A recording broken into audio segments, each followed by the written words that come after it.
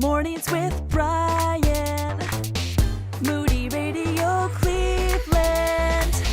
103.3 at 6 to 9 a.m.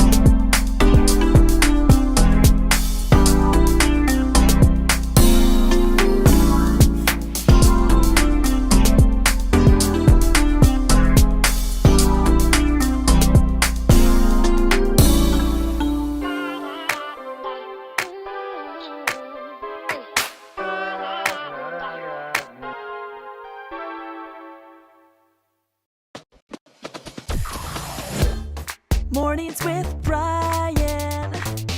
Moody Radio Cleveland. 103.3 at 6 to 9 a.m.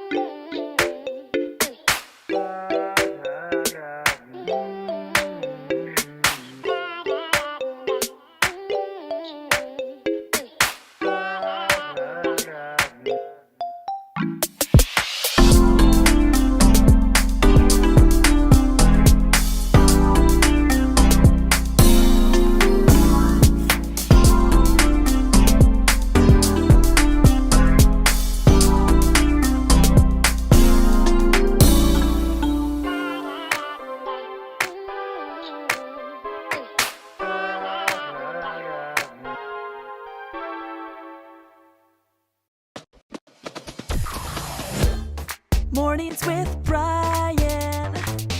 Moody Radio Cleveland.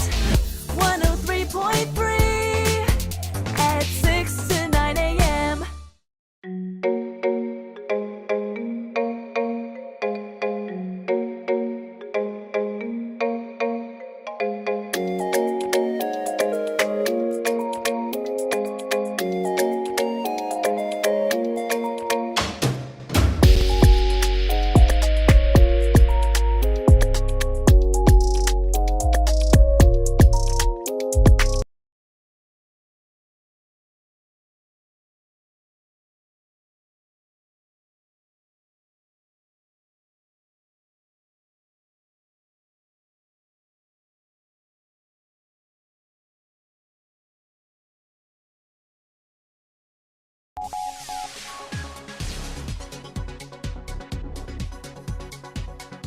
Fourteen Democrats are joining House Republicans in denouncing President Biden's border policies.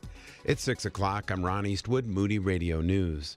A GOP resolution passed in the House Wednesday with full Republican support urging Biden to end what they call his administration's open border policies. House Republicans have been holding committee hearings about possibly impeaching Homeland Security Secretary Alejandro Mayorkas over his handling of the border. A Streetsboro man who is facing more than 100 child sex crimes is pleading guilty to some of those charges. Back in May, a grand jury indicted 57-year-old David James III on 110 counts of sex crimes that happened from 2004 through earlier this year. And the U.S. Geological Survey is reporting a minor earthquake in Lake County. The 2.0 magnitude quake was detected in Madison on Tuesday afternoon along the Lake Erie shoreline. There have now been 3 earthquakes detected in Madison just this month. Sports and weather in just a moment. Do you ever feel more like roommates than soulmates? He never, ever cleans up after himself. I didn't feel like I had a say. We just kept butting heads. Family Life's Weekend to Remember is a weekend to get away, get refreshed, and reflect on what matters most. It really opened my eyes to how great marriage could be. Attend a Weekend to Remember. Amen. It's a must. Register by January 22nd and save 50% at weekendtoremember.com. In sports, the Cavaliers blew out the Bucks 135-95. And after their best year in recent history, the Browns have fired their offensive coordinator, Alex Van Pelt, running backs coach Stump Mitchell, and declined to renew tight ends coach T.C. McCartney.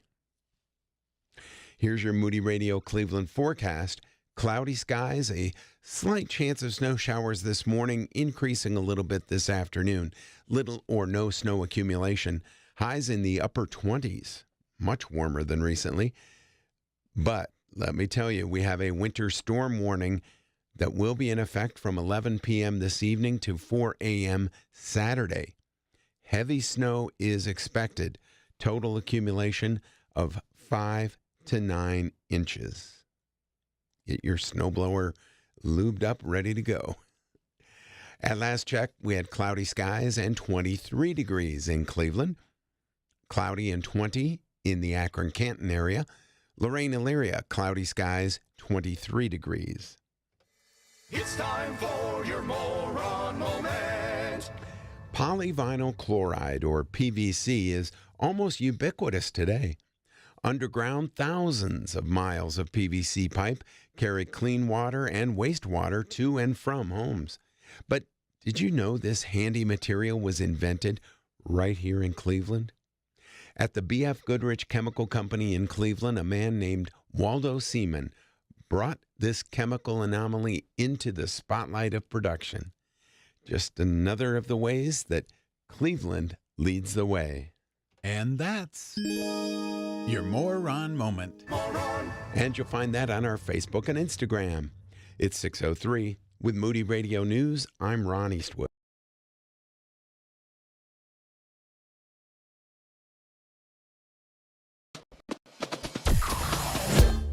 Mornings with Brian. Moody Radio Cleveland.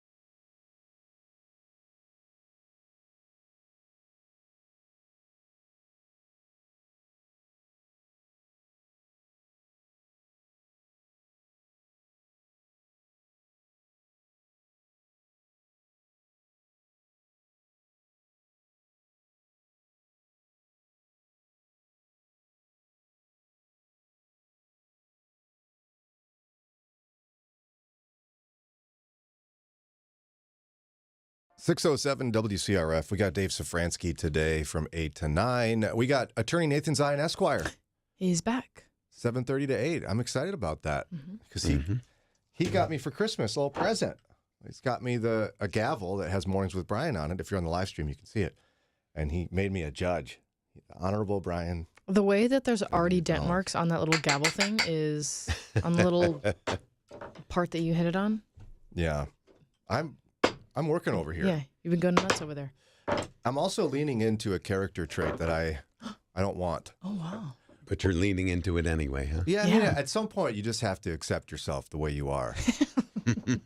Like, I don't mean to be, but after how many times my wife looks at me and is like, Brian, what? And she goes, I've been talking to you. Oh, I'm sorry, I missed that. Yes, I do that too. And so I'm just saying that, and then it was sealed this morning when I walked in. I'm kind of aloof. Color, no one surprised me.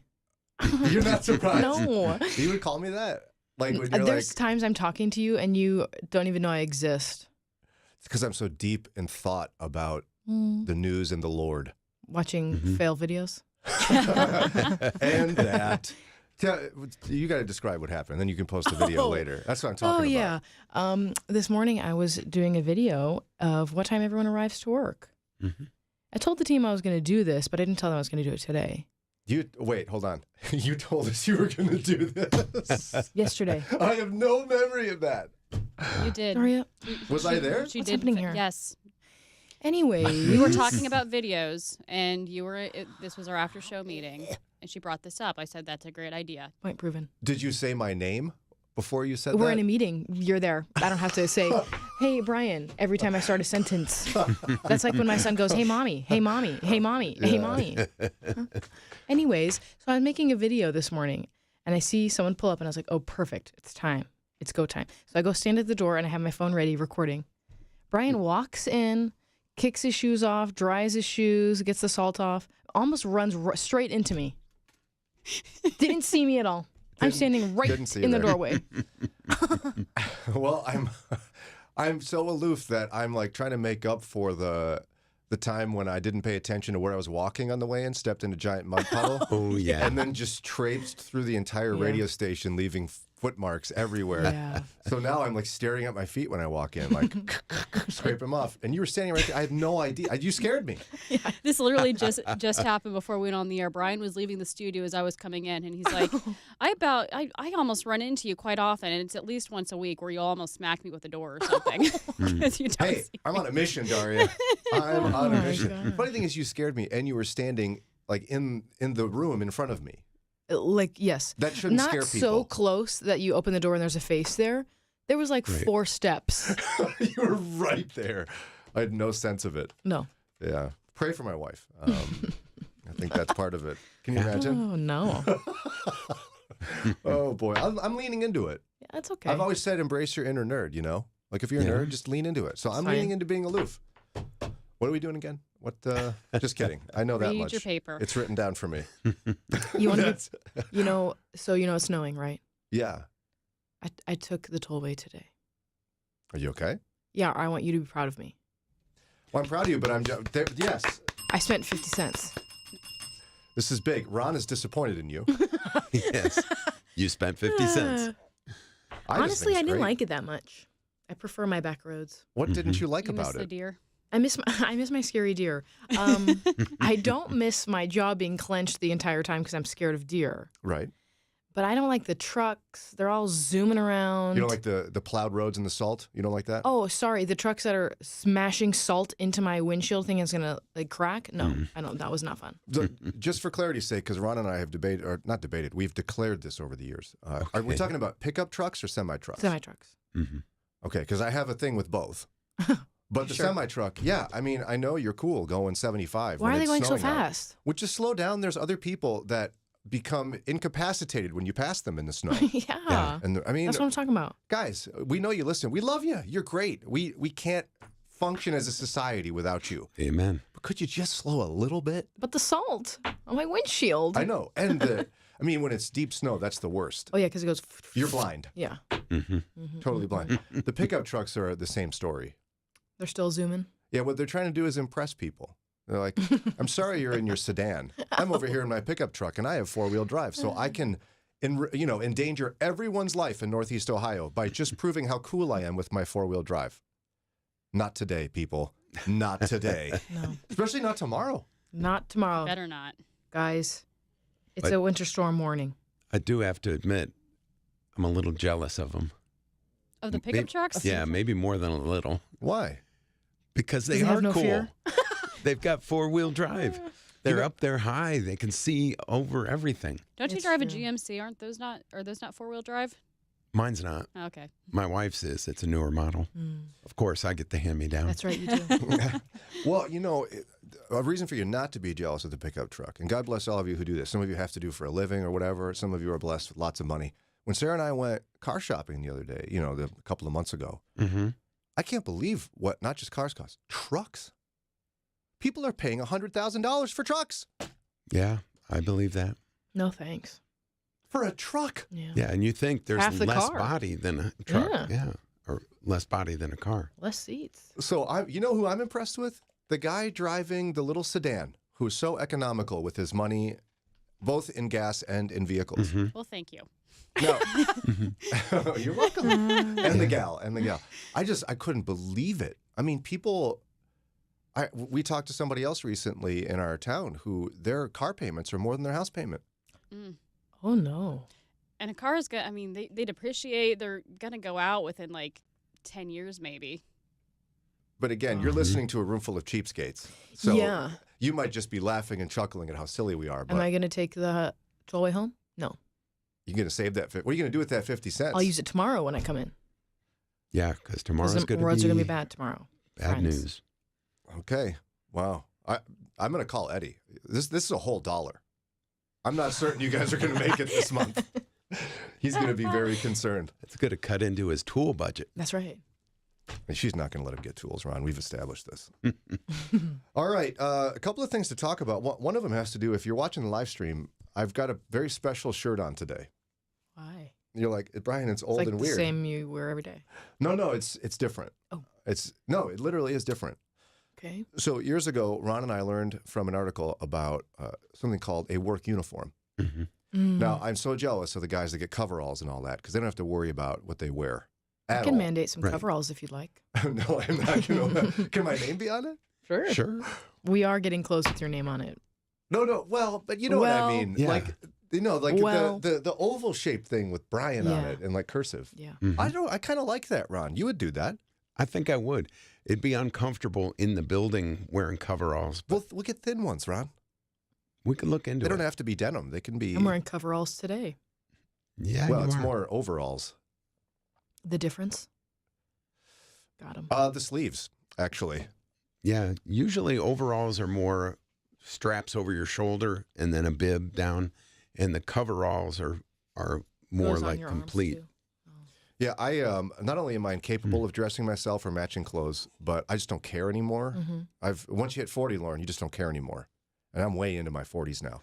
So years ago I was like, I'm doing this. The uniform. It's where you buy the same, like Right. 6 of the same shirt and the same pants, and you just go for it. A lot of real successful business Steve people do Jobs. that. Yeah, Mark Zuckerberg does it. A whole bunch of people. Not that I like either of those guys necessarily, but They do it so they don't have to think. yeah, they don't want to expend creative energy on their clothing. So I went out right after that. I'm like, guys, I'm in. It was Ron and me and Kathleen. And I went out and I got this, like 6 of this shirt. This exact shirt. And this was like, I don't know, 7 years ago. So it's a brand new shirt, basically. But I love it.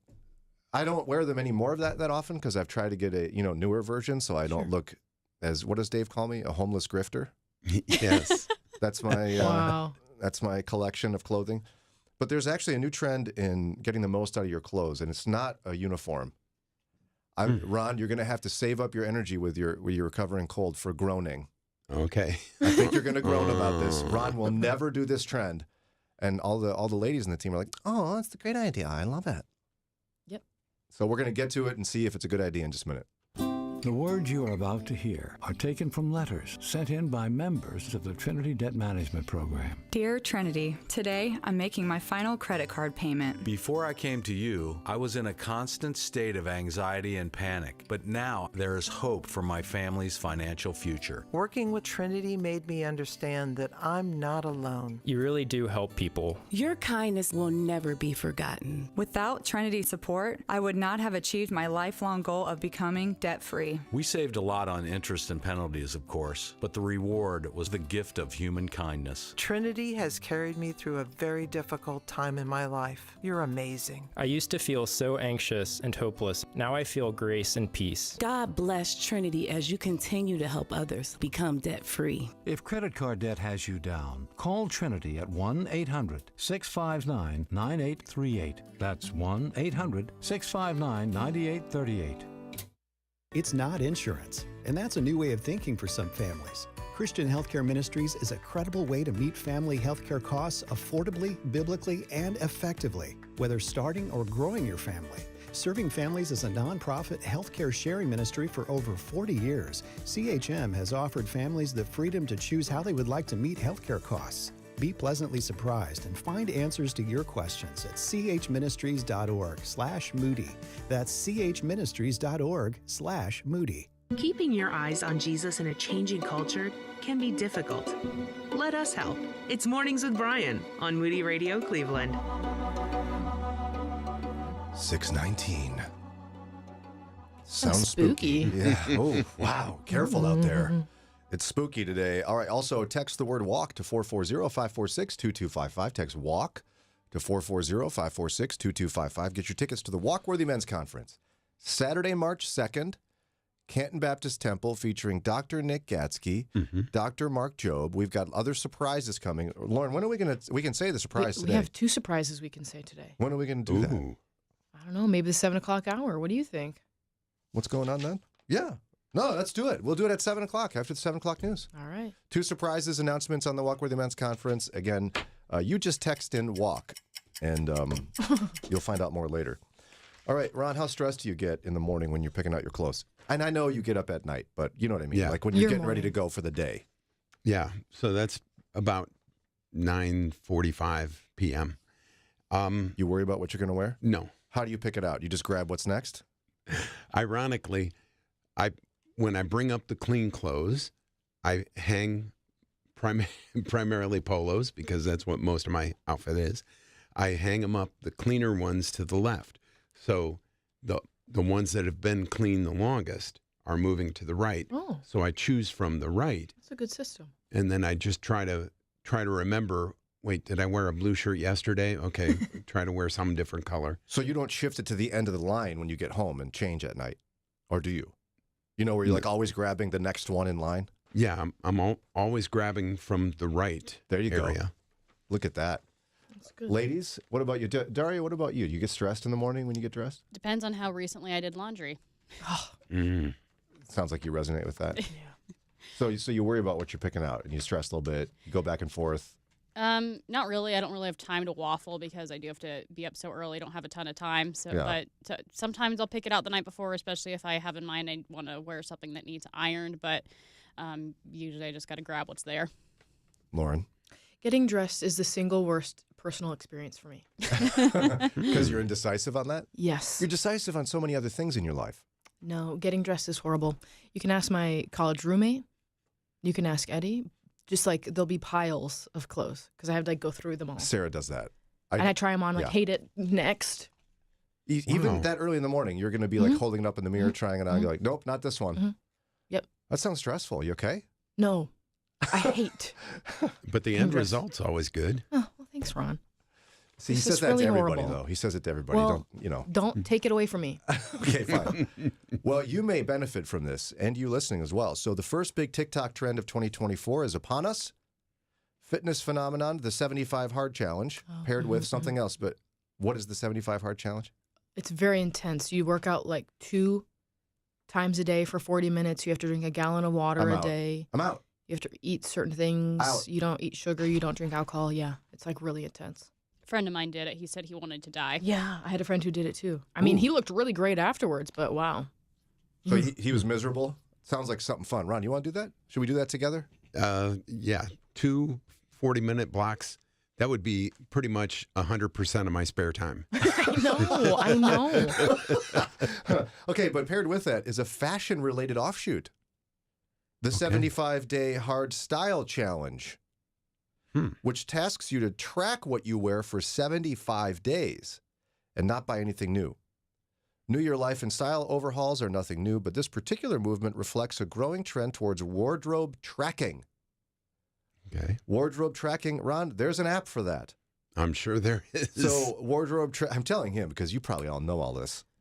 Wardrobe tracking, in theory, helps people to appreciate what they have in their wardrobes more so than so they don't make unnecessary purchases and such. So wardrobe tracking app Wearing, WHERING. Clever marketing on that one, guys. Which launched in June 2020 and was one of the first to jump on this idea. Allows people to have a digital wardrobe at their fingertips so that they can style outfits from their phones, but can also track how often they wear certain pieces while being reminded about those that they have forgotten about. So I'm assuming you scan your entire wardrobe? Yeah, probably. You must. Probably. You're not doing this? No, I'm not doing this. Daria, Sounds like are a you lot of work. a Wearing user? I might try it. That sounds awesome. It does? Which part? I tend to wear the same shirts. Like I have like a dozen or so shirts I wear on repeat just because they're like my favorites. But I have so many others. Because we moved recently, so there's a few odds and ends. I'm like, oh, that didn't get unpacked, and a couple of them are shirts. It's like I have not worn this in forever. Or just because you forgot, not because you hate it? Yeah, I didn't think about it, or it needs ironing or a special type of washing, and I don't have time to take care of it properly.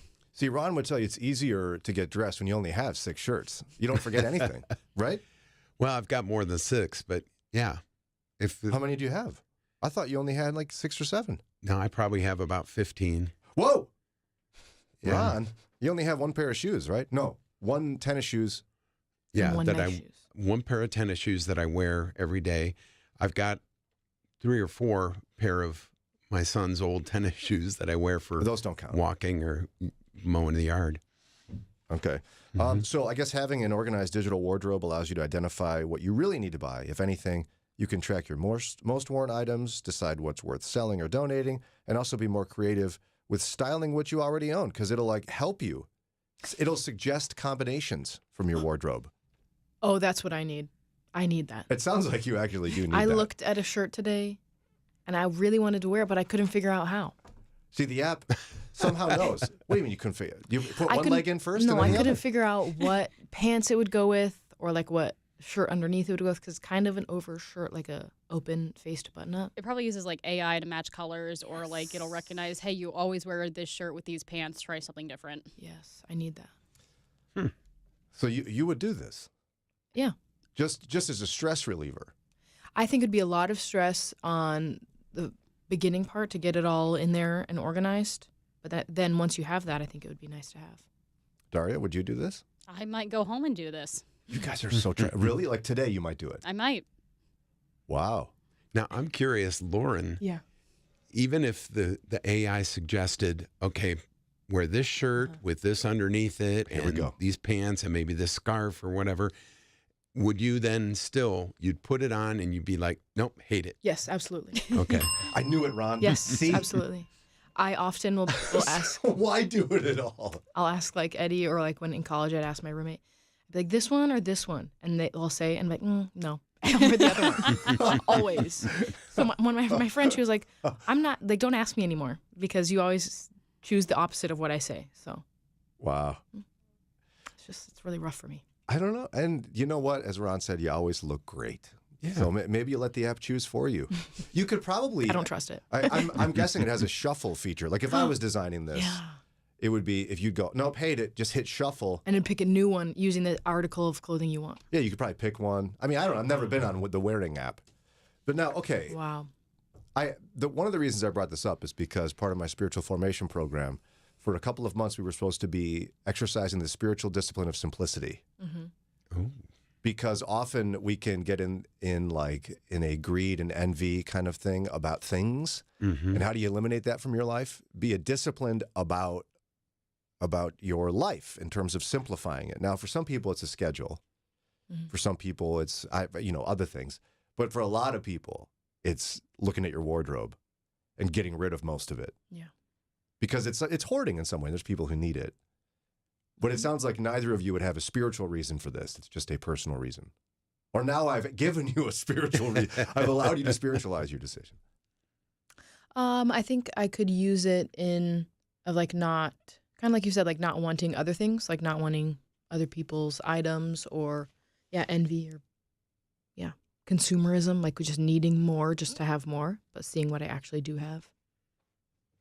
Yeah, I just don't buy clothes. I literally don't. So but I literally, some of my shirts, I kid you not, I've had since high school. I just, I do not buy clothes. So for me, it's like, oh, this would be a really nice way to kind of refresh what I already have or be reminded of like some shirts in the back of the closet that I've completely forgotten about.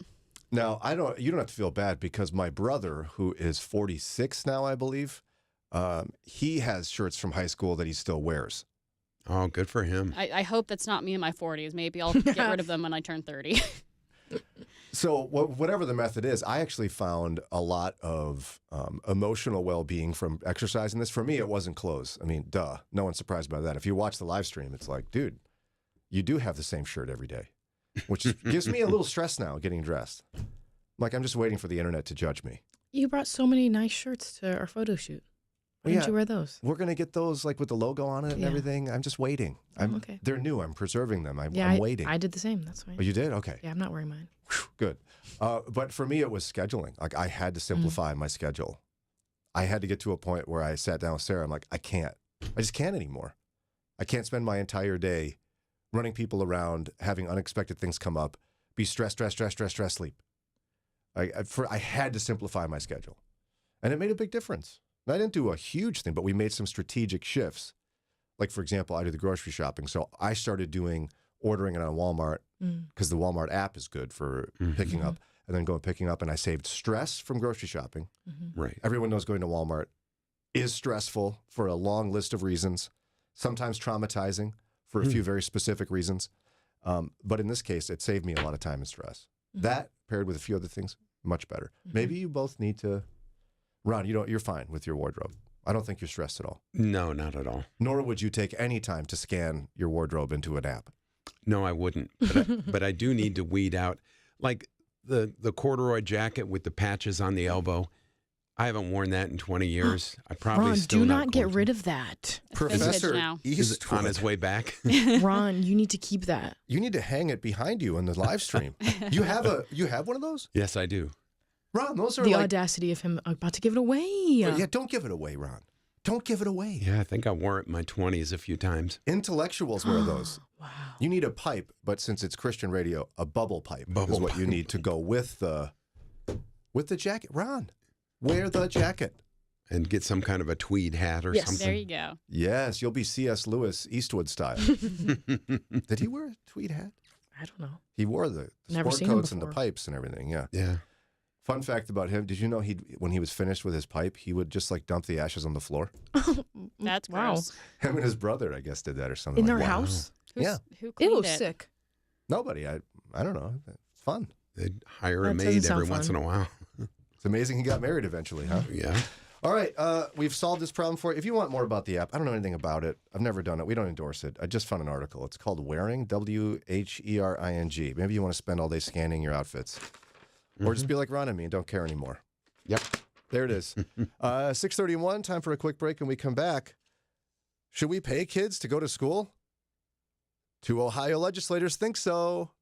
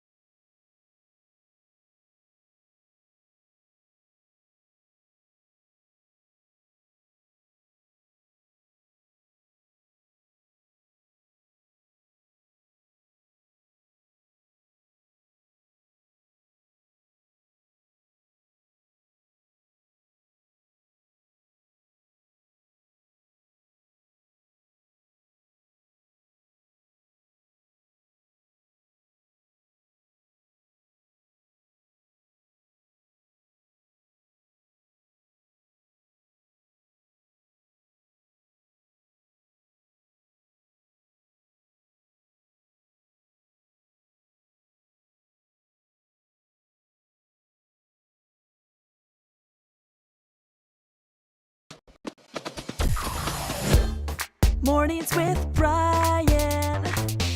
Moody Radio Cleveland. 103.3 at 6 to 9 a.m.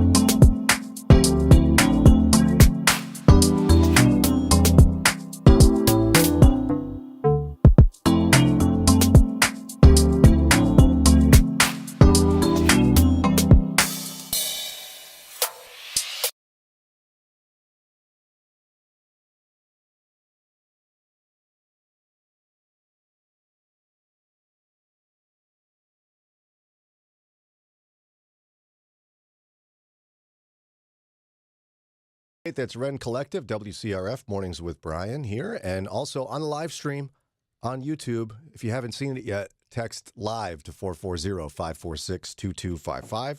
Live to 440-546-2255. By the way, Ron will talk more about this later on this hour, but There is a winter storm warning in effect until 11 or from 11 p.m. this evening until 4 a.m. Saturday. Accumulations of 5 to 9 inches. There you go. Florida woman gets nervous. Her name is Daria. I learned to drive in a blizzard. The winter. Well, but still, you're a Florida woman. You lived there for 2 years. Not quite. I know how to drive in the snow. Yeah, you don't forget that over that short of a period of time. No, the literal first year I ever drove, it was a '97 Grand Marquis, probably the worst car ever invented for snow travel. I don't know why this thing even landed in the state of Ohio, but that year we had a record-breaking blizzard, and that's how I learned to drive. Good for you. I actually learned in a blizzard, too. I took my driving test in Minnesota in February. February 27th, if you're taking notes, gifts are accepted. February 27th, Lauren. I heard it. I'll put it on my calendar. You didn't write it down, though. Are you sure you know what Maybe to it's write already down? on my calendar.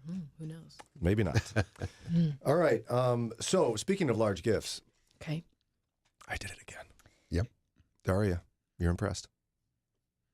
No. No.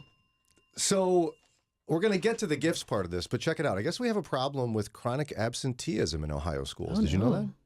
Yeah, some schools, I'm sure. Now, chronic absenteeism rates in Ohio schools, which is, by the way, defined as children who miss at least 10% of the school year, is chronic absenteeism. Now, remember, it's only 180 days approximately in a school year, so 10% is a lot of days. A lot of days. 18. Exactly. Don't laugh. I'm aloof and I'm not good at math. I couldn't have gotten it, so. Really? Oh, yeah, I'm so bad I at math. feel better. Thanks. So the chronic absenteeism across the state is about 30%. 30% of Ohio students miss at least 10% of the school year. That's a lot, isn't it? I think so. I mean, when you think about it, all it takes is your kid getting sick twice in a year, and they could easily be up to that. Well, and also, I mean, we don't get up to that, but Sarah and I, we believe in mental health days. And so we allow our kids a couple times a year, if they're really struggling emotionally, to take a mental health day. I think. My parents did that for me. Did they? Yeah, I never even heard of one until Sarah and Sarah figured this out. Trust me, it wasn't me. But they don't get to this rate. Now, the number varies when you dig into those students and who they are and where they live. So if you dig in, about 24% of white children are chronically absent, and were so in the 2021-22 academic year. The number for black children, double. Wow, 48%. Yeah. That's almost half. Right. Urban school districts have the highest rates of chronic absenteeism, and in some cases, they were triple or quadruple their suburban counterparts. Not surprising. About 44% of economically disadvantaged students were chronically absent. 44% of those who are poor were chronically absent. And students with learning disabilities, 40% were chronically absent. So I think what we have to do is get out of our minds the idea of laziness and bad parenting. Now, in some cases, that's it. Sure. But I remember I had students who were responsible for their younger siblings in the evenings because their parents had to work 2 jobs. So they were cooking, they were cleaning, couldn't get their homework done, got real tired. I mean, are you supposed to blame these kids? And if a younger sibling gets sick and has to stay home from school, somebody's got to stay home to watch them. So the older child is missing school, sometimes not on their own accord. Now, the callous person would say, well, my kids are fine, so it's not my problem. The follower of Jesus, who cares about the world around them and their neighbor and considers them more important than themselves, should go, oh, no, this is bad.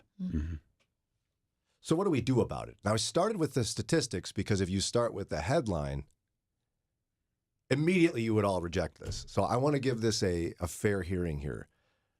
So the headline from the Beacon Journal, Ohio lawmakers debate cash incentives to boost school attendance. I'm suspicious already. But based on those numbers, something has to be done. So here we go. Right. State Representatives Bill Seitz and Danny Isaacson want to establish a pilot program that offers cash incentives for school attendance and high school graduation. Kindergartners and 9th graders could soon pocket up to $500 cash from the state just for showing up to class if this bill becomes law. And by the way, it's bipartisan, lest someone think this is only one party or the other. It's a bipartisan bill. Now, both these guys said it's smarter to invest in a culture of attendance than to pay the long-term cost of absenteeism and dropping out of school. That's their thesis, essentially. Like, it's better worth the cost to try to prevent this than it is to deal with the consequences financially after. What do you think they mean by the consequences after? Someone's like, what do you mean? Well, a child that is chronically absent is going to miss a lot of the education. So they're going to grow up to be radio guys who can't do math. Or something along those lines. Oh, gosh, that's good. Oh, Ron, I love you. But in reality, they will struggle to find a job because they may grow in common sense, which is helpful, but there sometimes are things that they've had to have learned along the way that they just didn't pick up. Well, they may not graduate high school, and a lot of these kids are already coming from a family of poverty. Now their odds of coming out of that are even lower if they don't even have a high school degree. And then getting onto public assistance, which is taxpayer dollars. Yeah. And even more likelihood, I would imagine, of incarceration. And you and I talked to somebody about this. I feel like, Lauren, didn't our friend Mike tell us it was $40,000 a year per prisoner? Yeah, I think so. Yep, 40 or 44, something like that. Or $500 in kindergarten. Right. You see, like, it's not as crazy, although it feels a little weird. So here's how this would work, okay? Because they lay out the pilot program. In fact, let's do this. We got to take a quick break, and we come back from the break. I'm going to lay out the plan. Here's how these legislators say this would work. Is it a good idea? We'll discuss it in a moment. Moody Radio is thankful for listeners and support from businesses like Duma Meats and Farm Market. Duma Meats and Farm Market, supporting Moody Radio in Cleveland and surrounding areas. More information about Duma Meats and Farm Market is at dumameats.com. A big problem you didn't know you had: envy. It is there inside of almost every person hearing my voice right now. That pervasive, corrosive thing that, if it's left unchecked, will cause all kinds of serious damage. Hi, I'm Mike Fabarez, and Envy is the name of my new book, and I'm going to share biblical ways you can shore up your heart and your mind and close those gaps of vulnerability. So get ready for a new kind of life, a life Christ intended. Get your copy of Envy. Go to moodybooks.org. One more reason why your gift to Moody Radio is so important. You're nurturing us and you're keeping us steady because of your obedience. And we are blessed. And I'd just like to say thanks, Moody. Thanks for your vision, for the lost, and for those of us who have been found. I just really appreciate you guys. Here's how you can help us build the body of Christ. Go to moodyradio.org/Cleveland. moodyradio.org/Cleveland. Helping you take the next step in your walk with Jesus. It's Mornings with Brian on Moody Radio, Cleveland. 647, not just one, but two major walk-worthy announcements coming after Ron's 7 o'clock news. Yeah, I can't wait. But you might want to get your tickets now. Just text WALK to 440-546-2255. Text WALK. And we will, you can get your tickets to the event. It's Saturday, March 2nd, Canton Baptist Temple, featuring Dr. Mark Jobe, Dr. Nick Gatsky, and two more surprises.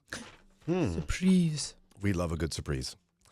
I don't even think we've told Ron about one of the surprises. No, we haven't. I'll tell Ron. It actually involves him. Yeah, exactly. I do know one, but not I'll tell the other one in a break, Ron. Whoops. Let's just, yeah. Or I could be surprised with everyone else. I think we should do Okay, that. we'll Let's do that. surprise We'll do Ron that. on the air. This is not made up. He really has no idea. No. Okay, we'll get to it. Now, as we carry on with the story about Ohio lawmakers debating whether we ought to pay kids to go to school in order to reduce chronic absenteeism, I want to make it clear that, just knowing Ron well, he and I believe the children are our future. Mm-hmm. What do we want to do with them, Ron? We want to teach them well and let them lead the way. Show them all the beauty they possess inside. Give them a sense of pride. Okay. It's Whitney Houston, Lauren. I knew it was a song and just didn't know who. Randy Watson's edition is the best one, but that's a whole other story. All right, so here we go. House Bill 348. Here's how this plan would work. Districts could apply for the program naming up to 2 school buildings with chronic absentee rates that put them in the top quartile. I love me a good quartile. Mm-hmm. Quartile. The state would pick at least one urban and one rural district to participate. So you can see the state's conducting an experiment. It's not everybody. They're going to start with an experiment. One urban, one rural, at least. Half of the kindergartners and half of the 9th graders would be in a control group. It's like we're testing medicine on them. So the control group gets nothing, while the other half would receive the cash incentives. Now, districts would test 3 options for students that hit 90% attendance or higher. Either $25 payments every 2 weeks, $150 payment at the end of the quarter, or $500 at the end of the school year. Okay. The bill also calls for establishing a high school graduation cash incentive for students in low-performing schools. So graduates could earn $250 at graduation just for graduating, plus another $250 for a grade point average of B or higher. Nice. And if you get a 3.5 or higher, you could receive $750 just for graduating high school. I like that, but I'm a little like, I like the B and higher because they tend to get, well done. You're on the merit roll, not the honor roll. You can come to our school, but we're not going to give you a scholarship. Where the 3.5, you get your choice of a number of schools that would accept you if you're willing to pay. That's true. And a lot of scholarship money coming your way. So I would prefer, I think, to meld the two together and say 3.5 and up, you get $500, whether you're straight A or you're B+.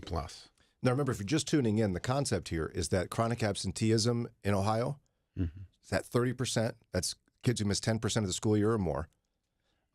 And in minority communities and communities of poverty, it's extremely high. Some getting to about half of the student population is missing at least 10% of the school year. So we have a major problem with chronic absenteeism. And the cost of society afterwards, the theory is very high for somebody who doesn't graduate high school. And I think we can all agree that that's probably true. The odds of you needing public assistance if you don't graduate high school are pretty high, / other societal issues. So they say it's cheaper to pay kids in that community to try to do better. So if the school is picked as one of the schools that get this, everyone in the kindergarten or 9th grade class gets it? No, remember, it's half. So half's control, so half get nothing. The other half get it, so they can actually measure if it changes success rates. Okay, so if it does change success rates, and they say, okay, great, after this pilot program, then does the entire class get it? So like if there's a class of 500 9th graders or something? I think the theory would be that in future classes, it would be, you'd identify particular communities, and they haven't delineated if it's going to be specific schools and districts that are the worst, or if it would be entire communities. But they're just doing the science right now. Right. In theory, that would be everybody, Okay. With the theory of boosting it. Now you might go, that'd be expensive. The pilot program, $1.5 million over 2 years. Now, can you imagine adding like all the kids in all these communities? We're talking, what, $1 billion? Yeah, because I did some quick math and I came up with $540,000 for a school, a typical school, kindergarten through 12th grade. So, but now you're adding dozens and dozens of schools, not hundreds of schools. Yeah, there are 3 times that for half a kindergarten and half a 12th grade. So maybe they must have more schools. Yeah, I that's think what's going on. It's saying they have a minimum of at least one, but I'm sure they're allocating some for a larger sample group to be able to do some good measuring here. Okay. Now, the crazy part, Lauren and I also, in researching a podcast project we're on, we found out exactly half of the state budget goes to prisons.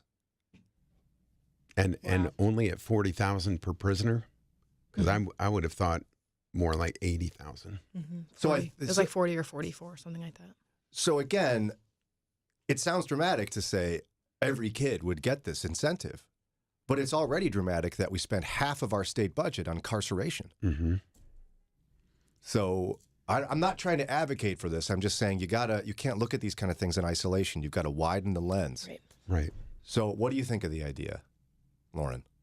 I mean, at the end of the day, the best possible option is to instead invest in these communities so they don't have such low poverty levels and they have more of an incentive to go to school without just getting cash to go to school. Yeah, what is a kindergartner going to do with $500?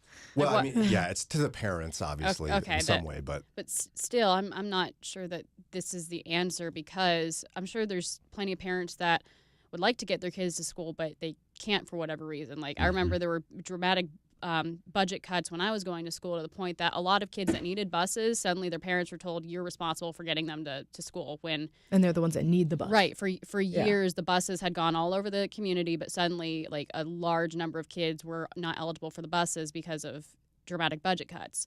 But some parents might work overnight. They might have crazy job schedules. Even if they wanted to get their kids to school, and I'm sure a lot of them do, they might not be able to. Yeah. I know that my husband, his dad worked 2 jobs, and one of them was overnights. And then his mom, once they started going to school, had to start working at the school that they went to so that she could get them to school. Wow. Because she couldn't have another job that was going to keep her away from being able to get them to and from school because her husband worked overnights. Do you think in that circumstance they would have welcomed the $500 for attendance? I don't know. I think in their instance, she enjoyed working at the school that they went to, but she had to, change her career. $500 is not a substitute for having a whole job. Right, yeah. You're talking, at least $30,000 a year that you're missing out on. Right. So are you both saying you like the idea that it just needs to be more money?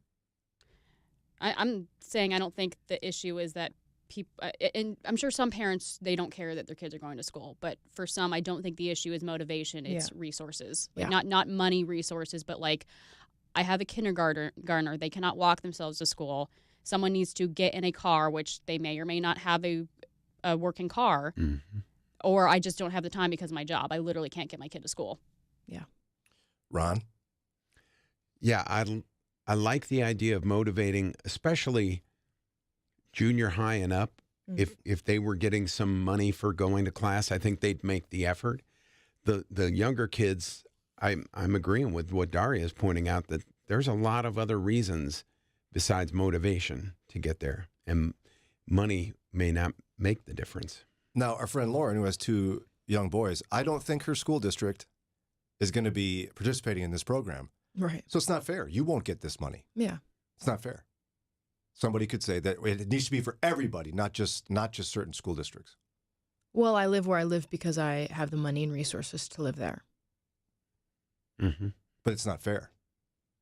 Yeah, I don't think life is fair. I think there's a lot of things in life that are not fair. That's you. There's plenty of people that would say, because like when they were talking about canceling student loans, like all these people are like, well, I had to pay back my student loans, so everyone else should, which is a valid argument. It's not fair.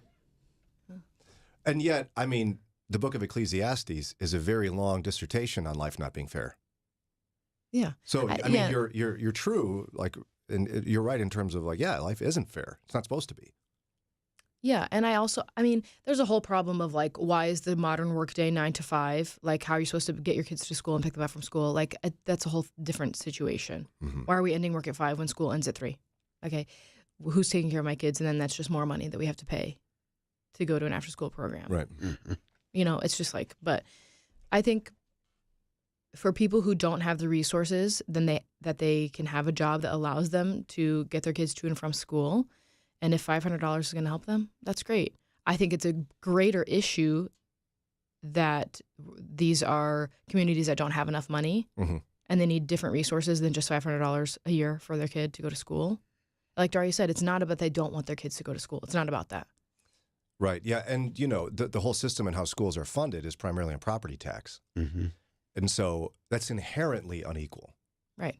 If you look at property values in, for example, Hudson versus East Cleveland, it's automatically out of the gate going to make the schools unequal in terms of their quality, their funding, and everything. Right. Now, imagine you're a state legislator. You're never going to convince anybody to change that. Like, can you imagine? I propose in the state of Ohio, I need a better voice. I propose in the state of Ohio, we change how schools are funded. Put it all in a pile, all the property tax distributed equally. you'd have pandemonium. Oh, yeah. Yeah. Hudson would lose their minds. Mm-hmm. And Medina, my hometown. And Medina. Yeah, absolutely. So these guys are like, well, we can't do that. We got to do something. Maybe we can do cash incentives for districts that are struggling. And maybe the rich people won't get super mad about that. Right? I mean, isn't that what they're saying? It's a bipartisan bill, but I mean, poverty is a problem, and it's part of the way our society is designed, is to keep people in poverty. And sending your children to school is a law, right? So it's better than Yes. just saying, okay, well, I'll just send you all to prison for not taking your kids to school. You know, something. Right. At least we're trying to incentivize them instead of that. Yeah, it's almost like we're saying, you know what we should do for career day in impoverished communities in our state? We could have a career day, lots of different options. Plus the local jail. You know, we could bring in the prison and they could just be like, hey, here's ours. Here's the other one. Which one do you like? Come on in. I get exasperated by these kind of things. And I don't certainly want to, you know, you're never going to fix everything and make everybody happy, but this absenteeism rate is terrible. Yeah. Mm-hmm. And there's a part of me that goes, I like their subpar idea better than the other idea that doesn't exist. Yeah. Right. I appreciate they're trying to do something. I just don't know that this is the solution. Yeah. Yeah, and maybe on Friday we'll have to tackle the whole idea of, you know, the Christian heart for those who are poor. Jesus didn't say they'll always be with us, so that we could just be like, well, they're always here. Don't have to worry about that. I mean, the way society is set up, is that something Christians advocate for to change? I mean, we don't like this idea. How about a better one that just shuffles the whole system so that, and we're not talking about redistributing the wealth, not talking about communism, we're talking about maybe equity. But we don't have time for that. All right, it's 7 o'clock. We got to get to the news. When we come back, major announcement. Woo! 2 major announcements about the Walkworthy Men's Conference, things we haven't announced yet. And then also, we're going to talk a bit about was it Dear Abby? Yes, I believe it is Abby. Dear Abby, Yeah. there's a grandma Yep. who has the feelings. Oh. And she needs help, and we're going to help her even though Abby nor she asked us to. Mornings with Brian on Moody Radio Cleveland, WCRF Cleveland, WVMS Sandusky, WVML Millersburg, WVMN Newcastle, WVME Meadville, WVMU Ashtabula, and everywhere with the Moody Radio app or at moodyradio.org/Cleveland.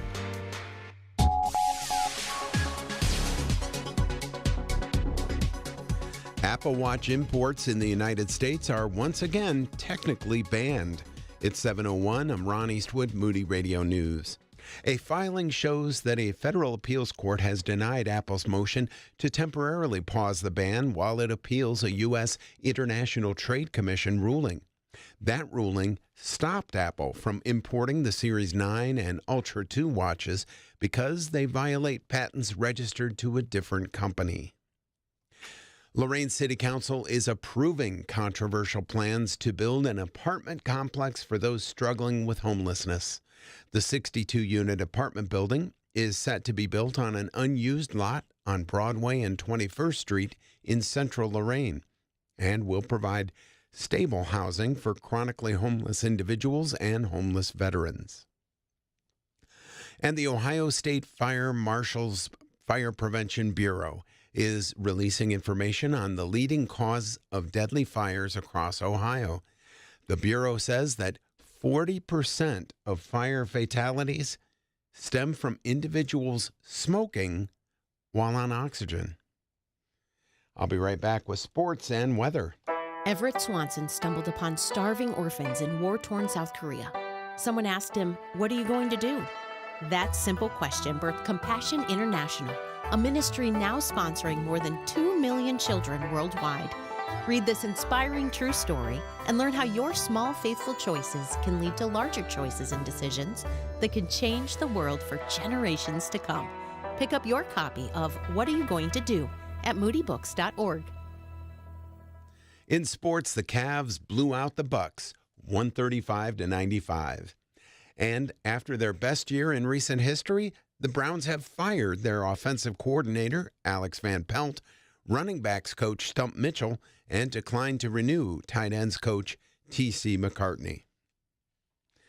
Here's your Moody Radio Cleveland forecast. Cloudy with a slight chance of snow showers this morning, A little better chance of snow this afternoon. Little or no accumulation, highs in the upper 20s, much warmer than we've had lately. But hold the horses. A winter storm warning will be in effect from 11 p.m. this evening to 4 a.m. Saturday. Heavy snow is expected with total accumulations of 5 to 9 inches. At last check, we had cloudy skies and 24 degrees in Cleveland, cloudy and 20 Akron and Canton, Youngstown reporting flurries and 20 degrees. It's time for your moron moment. Polyvinyl chloride, or PVC, is almost ubiquitous today. Underground, thousands of miles, maybe millions of miles of PVC pipe carry clean water and wastewater to and from homes. But did you know this handy material was invented right here in Cleveland? At the B.F. Goodrich Chemical Company in Cleveland, a man named Waldo Seaman brought this chemical anomaly into the spotlight of production. Just another of the ways that Cleveland leads the way. And that's your Moron Moment. And you'll find that on our Facebook and Instagram. It's 7:05 with Moody Radio News. I'm Ron Eastwood. Broadcasting live from the Bob Devine studio, it's Mornings with Brian.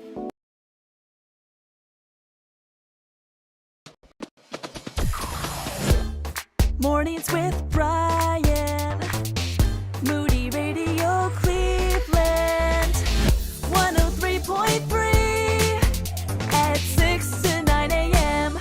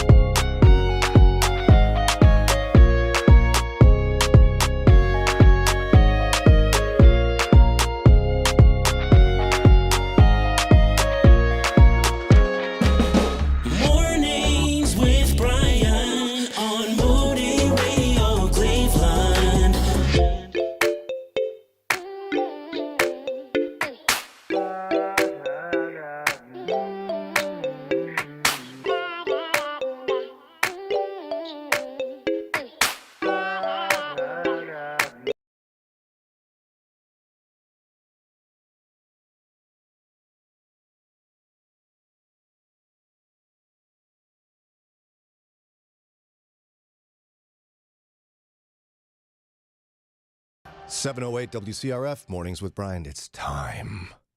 Major announcements. We have Walk Worthy Men's Conference coming up Saturday, March 2nd at Canton Baptist Temple. And we've got Dr. Mark Jobe, president of Moody, speaking. The Dr. Nick Gatsky. Dr. Nick Gatsky, from a better word. He's from Old North Church. He's amazing. Great hair, great preaching. And we told you before that we're going to have Chris Brooks. There's a scheduling thing, blah, blah, blah, but we cranked it up for you. So, what do we do? Like a drum roll? Yeah, here? drum roll, please. Wake up the drummer. Oh, he was ready. Oh, he was.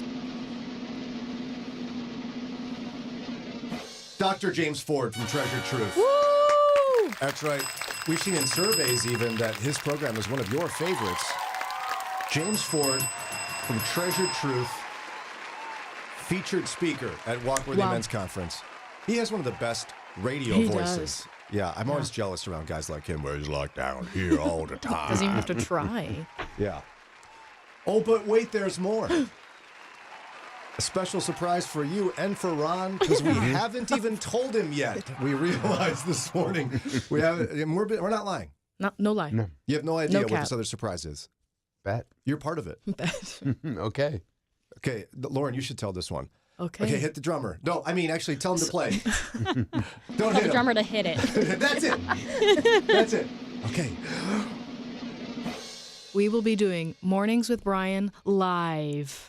Whoa. Woo! We're going to do a live-to-tape hour of the show, and you'll be part of it if you're at the Walkworthy Men's Conference. And I'll be part of it. Yeah, That's right, you'll be there. You will. You're going to have to do work, buddy. Whether you knew it or not. Get out that sports coat. Yeah. You should totally wear that. Now, are we doing it like in the afternoon and we tape it then to replay? That's right. So we'll do it after lunch. Okay. Mm-hmm. Good. Because if we were going to try to do an early morning show and I'm driving an hour to get there. No, we're just going to tape it and use it later. Just don't fall too deep into a chicken coma. Right. Good point. Especially the Christian chicken. makes you Thankfully, sleepy. it's not the fries. It's the chips, because those would set me over the edge. Oh, yeah, those fries are good. Chickadee China, the Christian chicken. That was a song. You didn't know that? Yeah, I know. Oh, okay. I never know with you young people whether you know any cultural references. I'm sorry. I don't know about you if you know any cultural references of today. Well, you're like 15 years younger than me, lady. Yeah, I know. Oh, you don't know anything. You whippersnapper. Okay, so get your tickets. What are you waiting for? Come on, man. Isn't that an amazing lineup? You can text WALK to 440-546-2255. Text WALK, 440-546-2255. Saturday, March 2nd, Canton Baptist Temple. And now we got to screech on the brakes because we're going to slow her down for a minute. And we need to help a grandma that didn't ask for our help. Oh, well. She asked the newspaper, so she's opened She asked herself up Abby. for this. So, Yeah, and you know what? Abby publishes her dilemma, so this is a Dear Abby thing. The title of the dilemma, Grandmother Feels Anything But Welcome During Visits. okay. So I want us to analyze as a team. You can text in your thoughts to 440-546-2255. Here's what she writes. And I'm not going to do a grandma voice because that would be rude. Yes, please don't. The look you just gave me. Oh, boy. Okay, sorry.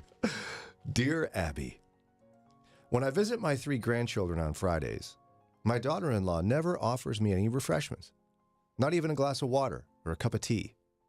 She'll eat in front of me and not offer me anything. Ooh. I was taught that this was rude. Should I bring my own refreshments? If I did, I would feel as though I would need to feed the whole family. I already travel quite far to get to her house, 45 minutes away, and I bring snacks for the grandchildren. I visit them because it's easier for my daughter-in-law to have me over than to haul a 1, 3, and 6-year-old over to my house. Mm-hmm. I would love to be invited to stay for dinner, but it never happens ahead of time. If I come at 2 p.m., then around 5 p.m., I may be invited to dinner, but I feel it's out of obligation, so I don't stay. What should I do? Signed, Too Polite in Pennsylvania. I love when they do those. Yeah. Very creative. It's a legit issue. Yeah. Experienced by a lot of different people, I would imagine, especially the mother-in-law, daughter-in-law thing. Those relationships are hard. That can be really hard. So basically, she drives every Friday, never is offered anything to drink or eat, never is invited to dinner in advance. Only at the last minute, she feels like they're doing it because they have to, because I'm sitting here. So she leaves. What should she do? Let's talk. Should we start with Pawpaw? Yeah, please. I would say, Grandma, stay one of those times. Even if you feel that they are asking you to stay, even if it's out of obligation, break the ice there. And maybe they'll see, wow, this is helpful having another pair of hands with these young infants to, keep them occupied and from climbing out of the high chair or whatever. Make yourself useful that way. Okay. So you're saying just deal with the fact that it feels obligatory. Yeah. And just at least once try it. Yeah. But I applaud her for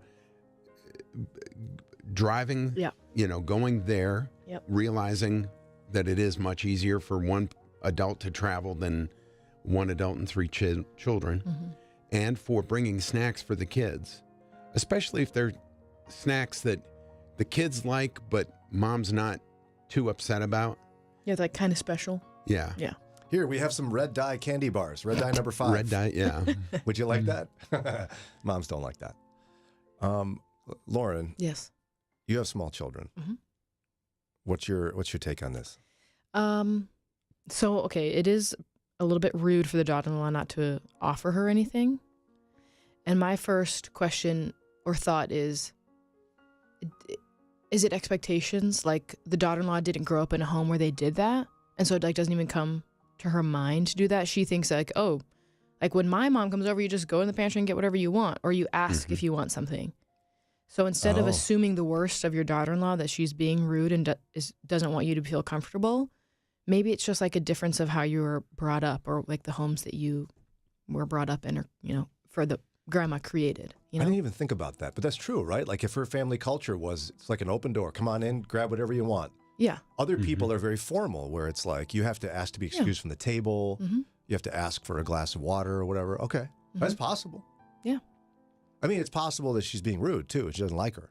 Yeah, and that's totally true. And if she is being rude, then I think, like Ron said, take up the invitation to stay and, be an extra set of hands. And don't start any fights with your daughter-in-law. Take it to your son.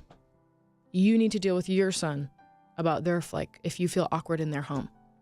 Okay, explain that.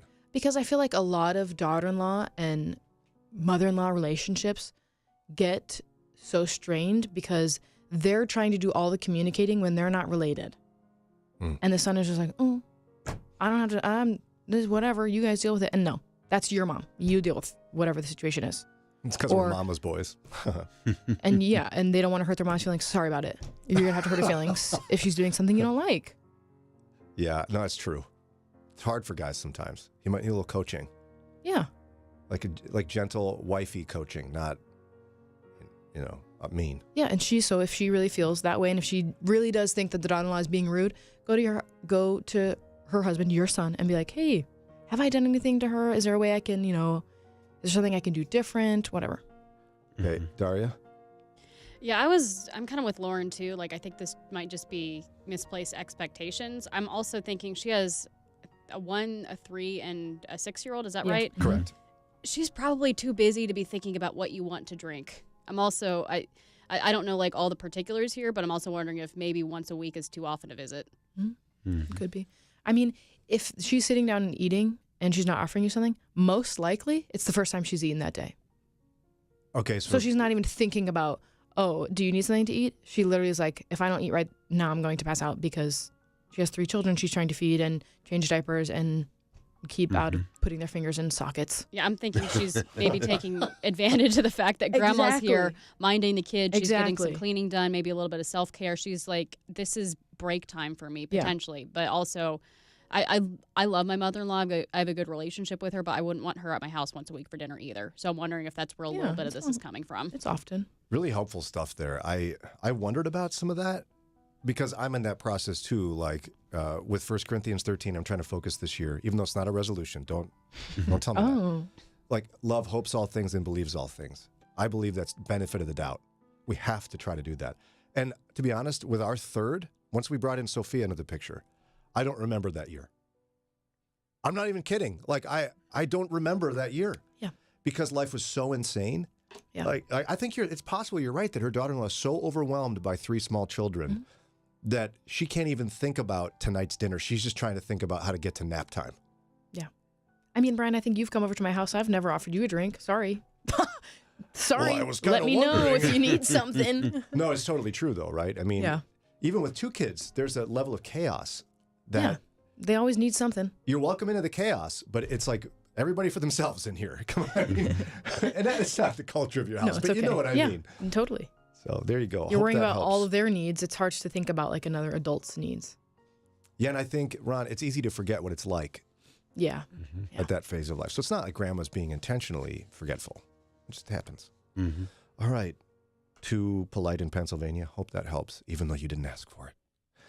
It is 7:19 coming up here in just a minute. One of our favorite things to do each week. We're going to have another edition of Pretend Experts. You know, it's true. Difficult times have a way of focusing us. We have to think about what matters most when it comes to our spending, our health care. This is why so many people are joining MediShare right now. MediShare is a trusted way to save up to 50% on your monthly healthcare costs. More than 400,000 people have already made the switch. It's pretty obvious why, too, especially now during this challenging season with healthcare costs and out-of-pocket expenses going up. MediShare can save you a lot of money. The typical family saves $500 a month. MediShare works, too. It's been around for 30 years. Members have shared more than $5 billion of each other's bills. There are different options to choose from to fit your budget. I'll give you the number here in a second, and if you call, you can get a price within 2 minutes. Maybe now is the perfect time to make the switch and start saving. Here you go. Call 877-58-BIBLE. That's 877-58-BIBLE.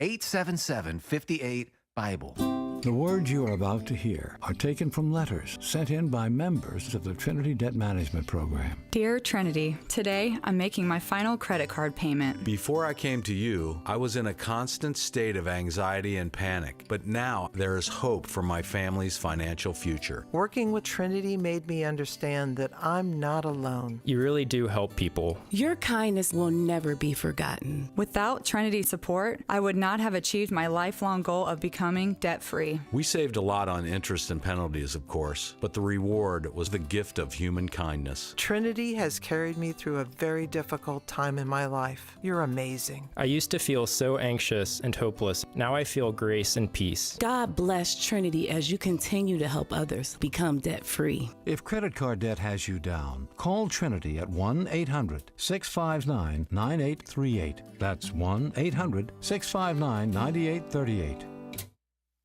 They look at business decisions and impose their positions. Without a doubt, they know what they're talking about. It's time for Pretend Experts. All right. We are experts in business because we're in show business. Yep. First one, team, takes us to Bethlehem, Pennsylvania. Not Israel. I was like, it's in Israel. A classic Easter candy will debut some new flavors this year. Reese's. Nope. Peeps. Ugh. I already hate it. 4 new flavors of Peeps will be hitting the shelves soon. The flavors include Rice Krispies Treats, Icy Blue Raspberry. Rice Krispies Treats is not a flavor. Yeah, it is. Just marshmallow. It is They're now. already, you're making marshmallow flavored marshmallows. What are you putting Rice Krispies in it? Well, no, it's the flavor of a Rice Krispie treat. It's the They snap, don't have crackle, flavor. pop. And It's well, they taste like Rice Krispies and marshmallows. Yeah. They taste like marshmallows and rice. You ladies are such haters of Rice Krispie treats. I love Rice Krispie treats, which is why I don't want them associated with Peeps. Also, you know, like an icy, what an icy is. It's like a slushy. Yeah. Icy Blue Raspberry is another flavor. I do Sour Strawberry. Ooh. No one asked for that. S'mores graham cracker dipped in milk chocolate. I do love anything s'mores. So the Rice Krispie treat flavor will be exclusively at Walmart. No surprise. Icy Blue Raspberry will only be sold at Target. Why are you being weird about that? I was going to guess that one because Target's got the icy machines. Oh. Sour Strawberry will only be at Kroger, grocery stores. Where's the s'mores? Come on. Come on. They didn't even say. It's like no one knows. It's a secret. You need to go to a different store for every single one. We don't even have a Kroger around I don't here. even like Peeps, but I will try anything s'mores flavored. So you're giving it a thumbs up because of the s'mores only. Yeah, not the other flavors. Okay. So she says it's a good I'll try the business s'mores decision. one. Daria? Unless you're going to use them to blow up in a microwave, peeps are useless. Where they do the sword fight thing? Yeah. With the toothpick? Yeah. Never tried that. Isn't that what you can do with peeps? Yeah, you I think can. so. You stick a toothpick in there and you face them towards each other, and they just. Okay, Ron, good idea? Just announcing it has already garnered them how much attention. We're talking about it. Other people are too. True. So there's marketing because they need to keep trying to get people to buy Peeps because nobody who's bought them and eaten them in the past goes back for more. That's exactly right. Most people don't even finish a package because they're disgusting. But here I am. I'm going to try the s'mores ones. So Why? I already said I will try anything that is s'mores flavored. You know, I'll get you some graham crackers and some marshmallows and some chocolate. put them in the microwave for a minute. So my wife, Sarah, you know what she does with Peeps? What? Opens the package, puts them on top of the fridge, comes back in a few days.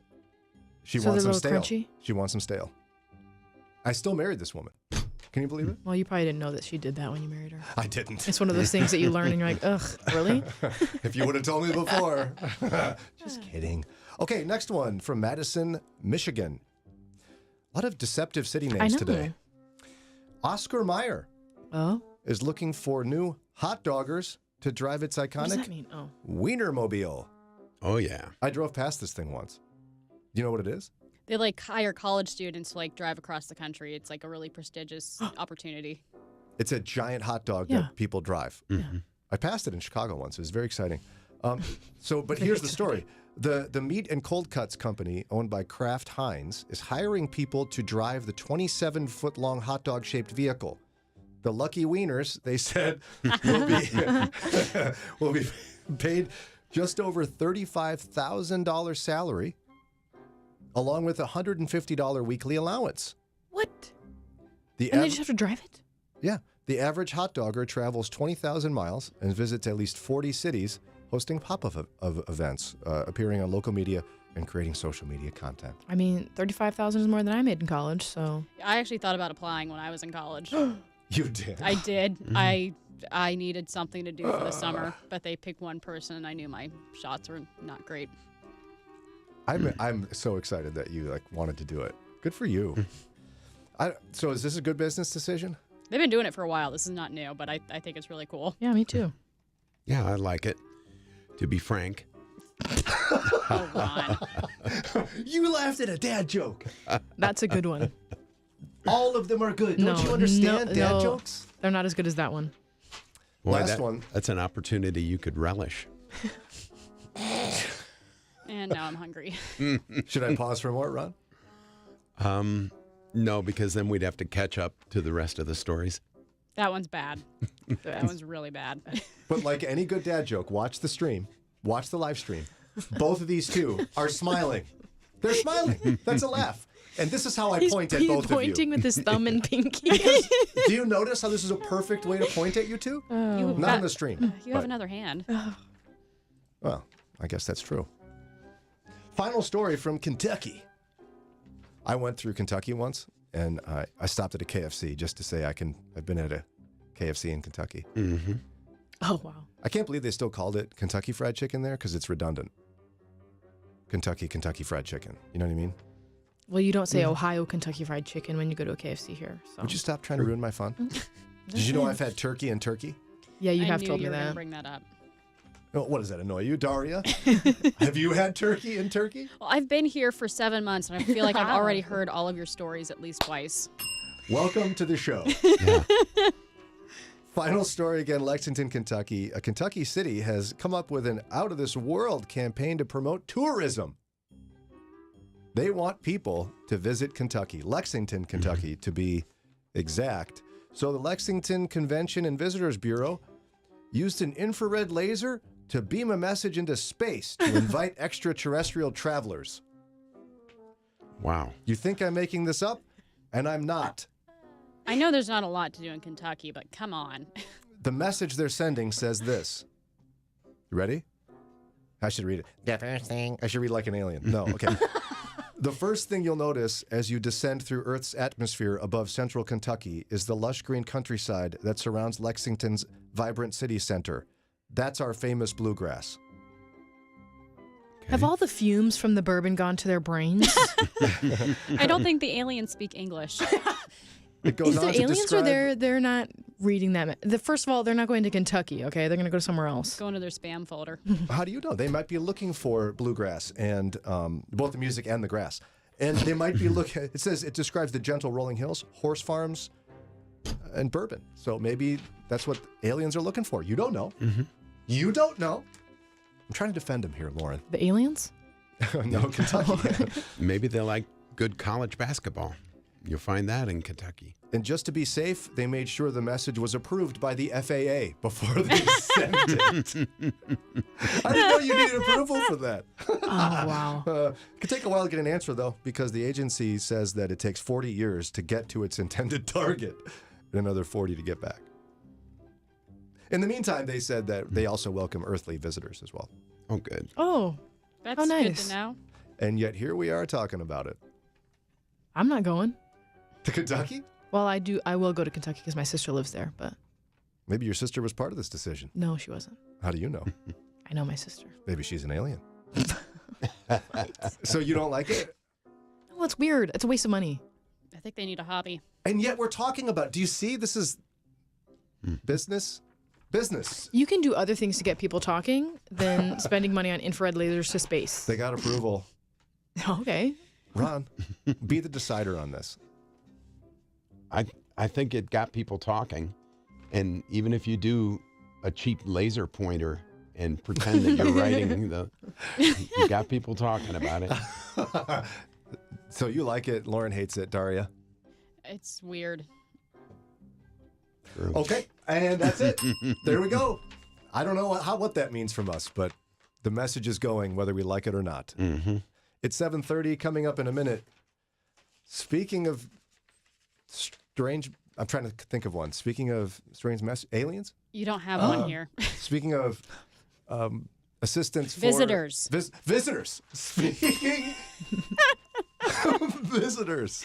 Coming up in just a moment. Sidebar with attorney Nathan Zion, Esquire. He's going to join us for part 2 of his, what is he doing again? It's written down right here.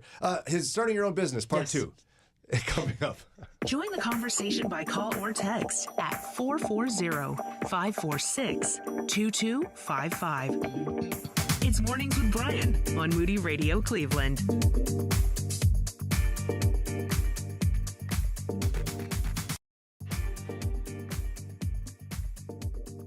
Dr. Tony Evans says the reason we feel so anxious when we lose control is that we don't really understand who has it. He'll clear that up for us today as we spend 2 minutes with Tony. What I have discovered is, at the core of this thing, of worry, is we really don't know who we're dealing with. We have lost the awe of God. God is a great person up in the sky somewhere. We don't know who we're dealing with. And because our view of him is so small, we worry when there are things in our lives that are out of our control. I found out the other day, in one drop of water, there are 6 septillion atoms. 6 septillion atoms in one drop of water. Now, we're not talking about the dams, we're not talking about the ocean, we're not talking about the seas. If God lost track of one atom in all the water in the world, he would no longer be God, because he would no longer be omniscient. On every head of hair, the average is 100,000 strands of hair on the average head. The older you get, the shorter it gets, the lower it gets, but average.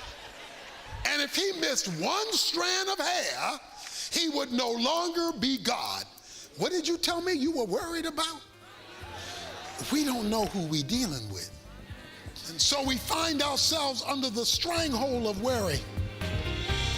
Learn how breaking the strongholds of worry and fear can get your life headed in a whole new direction. Check out Tony's CD series, U-Turn, available online at tonyevans.org. Then join us next time for 2 Minutes with Tony. Walk worthy. The Apostle Paul encouraged us in Ephesians 4 to live lives worthy of the callings we receive from God. And we at Moody Radio Cleveland want to encourage you to attend Walk Worthy 2024. Don't miss speakers Mark Jobe and Nick Gatsky on Saturday, March 2nd at Canton Baptist Temple. To register now, text WALK to 440-546-2255. That's 440-546-2255. Send the word WALK. A big problem you didn't know you had. Envy.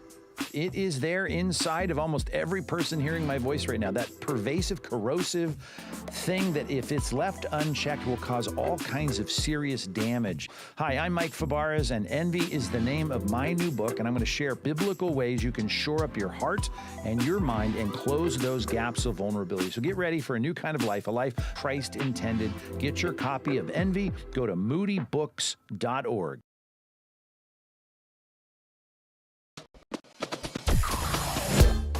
Mornings with Brian. Moody Radio Cleveland. 103.3 at 6 to 9 a.m.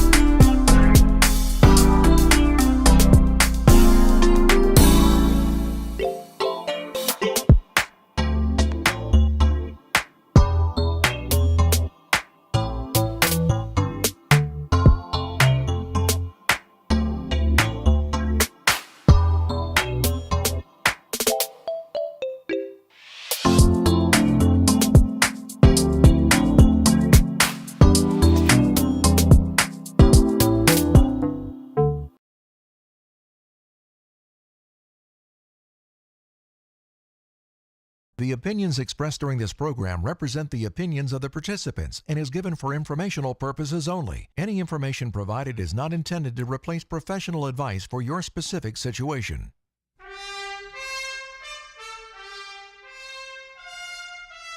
You're now entering the Mornings with Brian courtroom. The cases are real. The attorney is real. But the team is completely clueless. Oh, that's rude. It's time for Sidebar with attorney Nathan Zion, Esquire. Order in the studio. This is too much for me. Joining us now for Sidebar. I'm our upset dear friend. that this was my idea, and this is what's gotten me. This was your idea. It was. Attorney Nathan Zion, Esquire. He is a founder and attorney at Mulhall Zion LLC. It's a boutique law firm here in Northeast Ohio. He's also been a friend of the show. His wife, Kathleen, was a host of the show years back. Welcome back, Nathan. Thank you. How are you guys today? Better now that you're here. Good. And I'm glad to hear the gavel in the background. It just, I feel at home. Good. You know, Nathan and I have been friends for years, and I want to officially thank you in this dramatic moment with the music. You got me this customized gavel. And so those watching on the live stream, just text live to us, 440-546-2255. The base of the gavel that I slam with a hammer, which is already dented dramatically. It has a lot of dents. I'm showing it now. It's a lot of dents. It's customized. It says Mornings with Brian. And the gavel, it says the honorary Brian W. Dolan. Look at it. It's like you made me an honorary judge. I didn't know lawyers could do that, Nate. You can order anything off the internet. I don't have any authority to bestow that upon you, but I just took it and then just did it, Brian. So you are the honorable Brian Dolan, in my opinion, and I think you should get that kind of distinguished position in the radio show. Could you insist that my colleagues call me that? No. Sounds like they're averse to that already. So I'm sorry, can't help you there. Lauren was waiting to yell objection if you said yes. Okay, so last time I'll just overrule it, Brian. Oh, that's right. I'm the judge. Overruled. Overruled. No. Okay, so last time you were with us, you talked about the basic idea of setting up your own business because so many people have a side hustle. It's a good idea to incorporate that. And can you just remind us again why you recommend that to folks with a side hustle?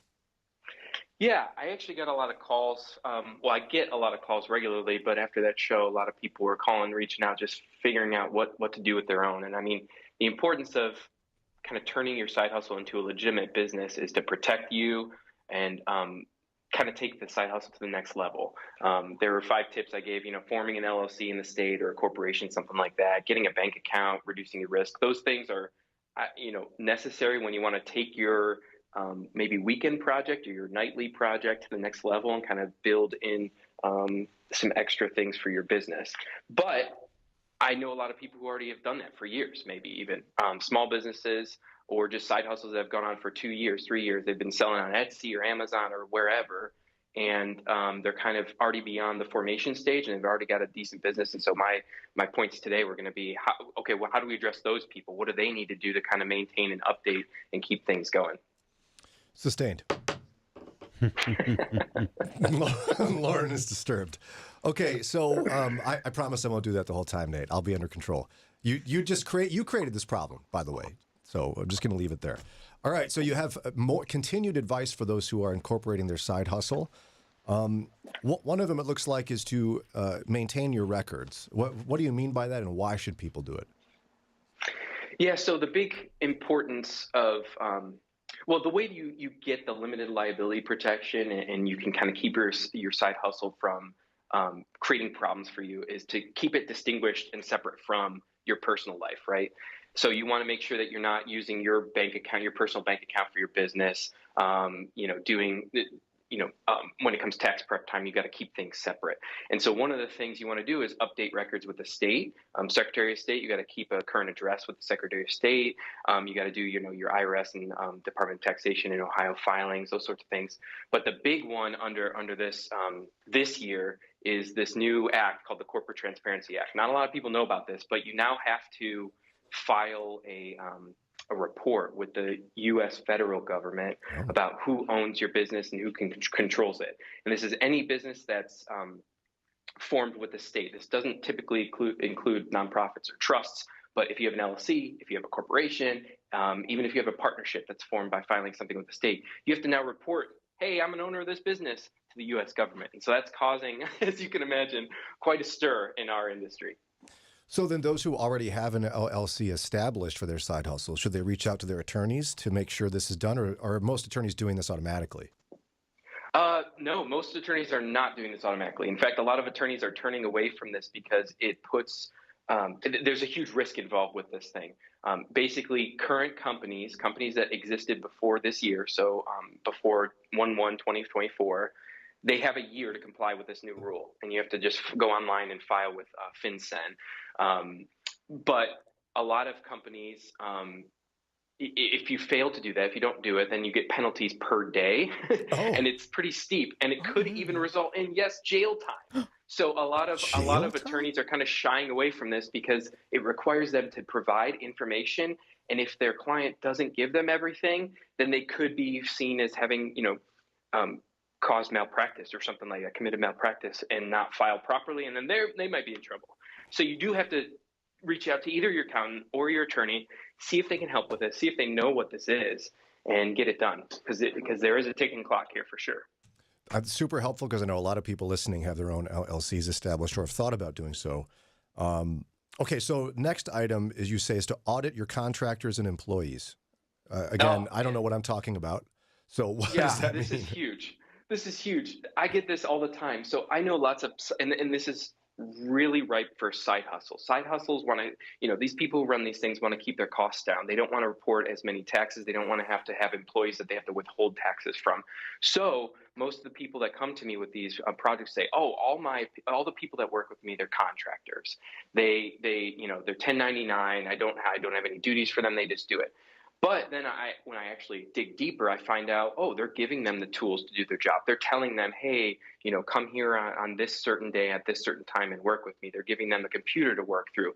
They're directing them. So they're acting as though they're employee and they're their employer, but they're treating them as a contractor. And that's a no-no. That's a big no-no. You have to distinguish between employees and contractors and figure out, are the people that you're engaging, are they technically, should they be classified as an employee or a contractor? If they're an employee, there's a lot more work involved with your business. You have to withhold taxes. You have to give them a W-2. I think, you guys get W-2, so you understand what it means to be an employee. Yeah. But if it's a contractor, there's really not much to do that. The contractor's kind of on their own to pay taxes and report things properly and get insurance and do all that sort of stuff.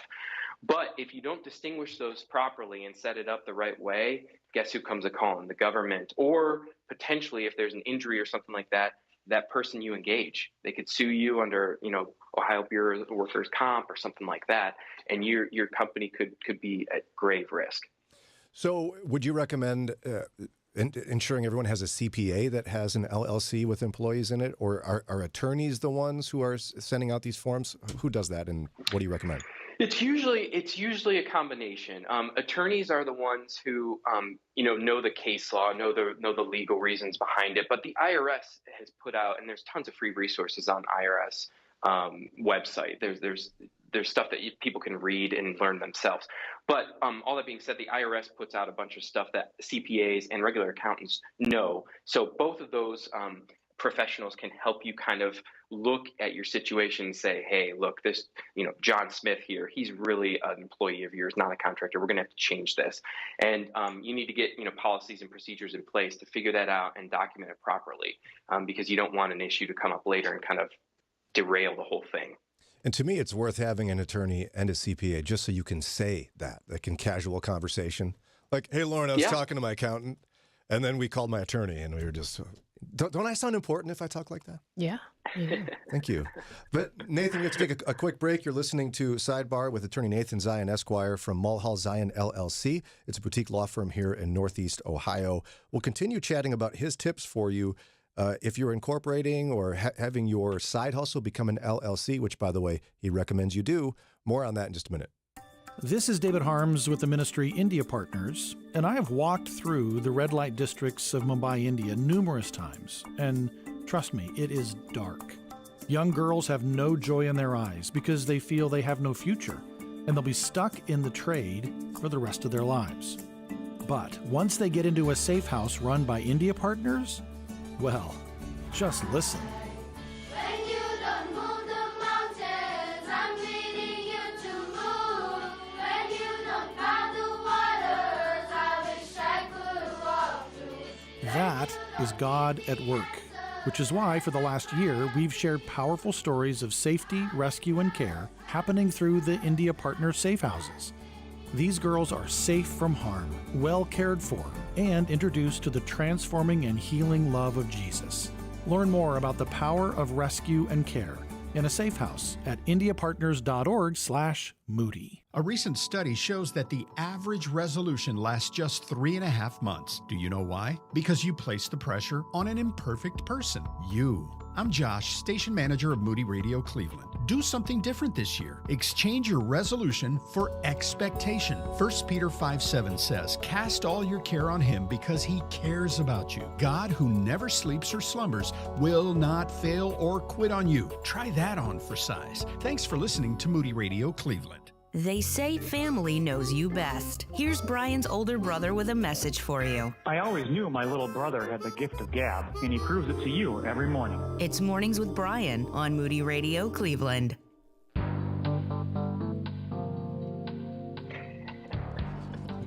$7.50. Mornings with Brian. The cases are real. Oh, wait, no, it's People's Court. I don't remember the theme to Law and Order. Nonetheless, he's here. I wake up to this every day, Brian. I wake up to this all the time. I could picture you in front of a mirror with your sport coat and tie while that's going. Yeah. I gotta leave, Kathleen. Got a big trial today. So anyway, Attorney Nathan Zion Esquire with us today with his regular segment. We have him in once a month to talk about various legal issues that will impact your life. Many people have and should incorporate their side hustle. It's a thing these days. Nate's taken us through 5 things today, as he did last time as well, to help you think through this. The next one we hinted at before, but it sounds like you're saying you've got to have an accountant. I think so. Yeah, a lot of people just knock on their accountant's door come tax prep time, this time of year. Tax season gears up. They say, oh, geez, I got to report last year. It's paramount that I think you meet with an accountant before the end of the year. There's a whole lot of planning, tax planning, that can help these side hustles kind of grow and benefit you more. I just came up off the top of my head with a bunch of tax benefits that you could look into. If you're running a side hustle out of your home, do you have a home office that you use exclusively for your business? You might be able to get a deduction for that, square footage. If you're using an automobile to travel between vendors or customers or something like that, you can deduct expenses there. If you're buying equipment or storing it somewhere in your home or in a garage or something like that, you might get some asset depreciation. There's a whole bunch of stuff you can do. And then even, I think Dave Szfranski last week mentioned, a SEP, a Simplified Employee Pension Plan. That's a strategy that a self-employed side hustle owner could use to kind of set up their own 401k, basically. But no one knows those things unless they talk to a professional, an accountant. So I think you really need to get in touch with someone like that and kind of figure out, hey, for my business, my industry, what can I do to bring in the most profit and limit risk and set my family up well? All right. And then next, this is one I like because it's something that people don't think about much, but it has to do with creative work, which I claim to do. And it's intellectual property. What do people need to think about with that? Intellectual property is kind of this vague thing that no one really thinks about unless they're, creating an Apple iPhone or something, right? Right. It's everyone has it. It's just a matter of what kind of level. If you're dealing with a lot of my side hustle clients, they deal with things that they create with their hands that they sell, on Etsy, Amazon, these sorts of things. They have trademarks, logos, maybe a business name, maybe a catchphrase, a motto, something like that they use for their businesses. Those are trademarkable things. You can register those with either the state or the federal government and get protection so that someone doesn't come in and use that name. And the importance of that is it can kind of tie that phrase to you and your goods. And so you start getting kind of, some market share there. There are other things, copyright, if you're a writer or if you publish things or if you're doing video content now on TikTok or wherever, you have copyright that you need to think about. You inherently get those things, but you should register your copyrights with the U.S. government as well. And Nathan, getting a trademark isn't that expensive, right? No, trademark's a little bit more expensive than copyright. It's not terrible. It's $275, I think, to file for one trademark tied to one good. And there is a process. It does take time. It could take up to 18 months or something to get a trademark approved. But it's worth it because then you get that U.S.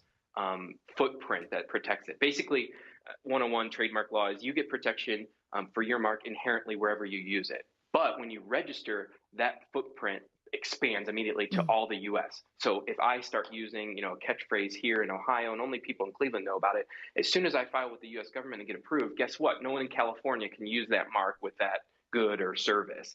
And so you get nationwide protection. So it's a great thing to think about. But I suppose you never know what will happen with your business. And if it explodes and you don't have that, it could be really a sticky situation, right? IP is one of the most undervalued things that happen throughout a business's lifetime. And then when the owners go to sell that business or they look for investors, anyone watch Shark Tank, right? The first thing they ask is, do you have a patent on that? Do you have trademarks on this? They're looking at the value that you put on your IP. And if you don't have it there, that decreases the value of your business. And so I really want to stress for owners, maybe you're not thinking about selling this, maybe you're not thinking about getting investors, but you might in someday, or maybe this passes down to your kids. They might be looking for a buyer sometime. You can increase the value by protecting your IP. Number one, figuring out what it is. Number two, protecting it. And number three, growing your value of the business through that. And I would imagine it's not intimidating for the business owner because you're not doing the legal work. That's why you hire an attorney. So you just go, here's my catchphrase. It's what's a motto with you? Oh, wow. That's my motto. And so you do all the work. I just tell you it, right? Exactly right. Now, there's some, back and forth about details. We need to know when you first used it and some facts based on it. But for the most part, you hire someone and, I don't know, for maybe $1,000 to $3,000, you can get your IP protected depending on what you're going after. A couple trademarks, a couple copyrights, all that stuff. And I know that sounds like a lot, but when you're talking over 10 years or something, that can protect you at a cheap cost. You got a lot of trademarks, Ron. You got to think about this. You need to. The more Ron moment. Yeah. Plus, your life motto: have a good time all the time. You need to. Well, yeah, you need to guess get that I do. trademarked. Maybe now, I'll be calling. Now, you mentioned as well, Nate, that there's that you should have NDAs in place. What non-disclosure agreement? Is that right? Yeah, non-disclosure agreements or confidentiality agreements. Nailed it. These are important agreements because a lot of people I deal with, they're wheeling and dealing, right? They don't have time to worry about the ticky-tack sort of things about law. And so they might give away confidential information or their trade secrets or something that they've kind of, grown and built themselves to just random people, to win a customer, to win a vendor, things like that. But if there's something that you have that's confidential or secret, like customer lists or, anything that's proprietary, you want to get the receiver of that to sign a confidentiality agreement saying, hey, look, I'm giving you this. You can review it while we're talking about this potential deal or we're exploring this option, but you can't use this. Okay, you can't take it from me. And those are important because if they do take it, then you can act on that and you can get, that back from them, or you can get damages for it or something like that. So NDAs are an important thing that are often overlooked in side hustles because they think, it's no big deal. No one can do what I'm doing. Well, they might be able to restructure it using you as their stepping stool. And that was Ron, not me. And finally, you're saying leave a legacy? What do you mean? What I mean by this is what happens after you're either out of the business because you're hurt or injured, can't work anymore, or you pass on. What do you want to do with your side hustle? A lot of people don't think that long term. They're just trying to make maybe ends meet in the here and now, and that's great. But I strongly recommend people evaluate what happens if I can't write a check to pay my contractor or my employee. Who is there to step in and run the business for the 2 months I'm out? Maybe on maternity leave, right? That's another one. People are gone temporarily. Maybe they just don't want to be distracted. Who's going to come in? Who's that key employee or officer that can help do that? But then even more so than that, when I have a lot of clients who are older and they've built this great business, but they never thought, geez, what happens when I pass away? Does it go to my kids? Do I want to just sell it before I pass away? People don't think about those end of business decisions, and they need to in order to not only protect their family, but keep their estate taxes down and a whole host of other things. All right. Well, with that, I think we're getting close to the end here. Let me just, we're close to that's it. It's time for us to get going. This has been Sidebar with attorney Nathan Zion, Esquire. He is, again, founder and attorney at Mulhall Zion LLC. Mulhall Zion LLC. Lauren, don't shake your head at me. And it's a boutique law firm here in Northeast Ohio. If you want to reach him, you can either just look it up or you can come to us. You can text us, 440-546-2255. He's a great attorney, and he's handsome. Okay, but Nathan, we need something before you go. What? What's that? I would like you to pick a number between 1 and 10. And that person, that caller, is going to win a pair of tickets to Walkworthy. Ooh, I will pick number 4. Okay. Number 4. So if you're not number 4... Sorry about it. It's Nathan's fault. Yes. God bless you, brother. Can't wait to talk to you again, okay? Yeah, thanks all. Take care. Bye-bye. Okay, so he picked it. He picked number 4. Number 4. You call right now. Well, you want to win a pair of tickets to the Walkworthy Men's Conference coming up Saturday, March 2nd, Canton Baptist Temple, featuring Dr. Mark Jobe, Dr. Nick Gatsky, and Dr. James Ford of Treasured Truth, plus a live taping of this here show. Whoa.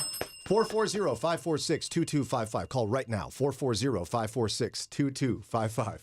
440-546-2255. We'll also have Dave Szfranski in just a minute. You can text in questions, financial related to that number as well. Mornings with Brian on Moody Radio Cleveland, WCRF Cleveland, WVMS Sandusky, WVML Millersburg, WVMN Newcastle, WVME Meadville, WVMU Ashtabula, and everywhere with the Moody Radio app or at moodyradio.org/Cleveland. The United States is launching a 4th round of airstrikes against Houthi militants in Yemen. It's 8:01. I'm Ron Eastwood, Moody Radio News. On Wednesday, U.S. officials announced the Navy used Tomahawk missiles to target 14 Houthi missile launchers. The strikes came just hours after the U.S. said it would be designating the Houthis as an official terrorist group. The owner of a Willowick apartment complex whose parking garage collapsed in April of last year is being sentenced following a slew of code violations. Shoregate Towers owner Lema Getachew had been on trial not for the parking garage collapsing, but for complaints that came from renters following the collapse.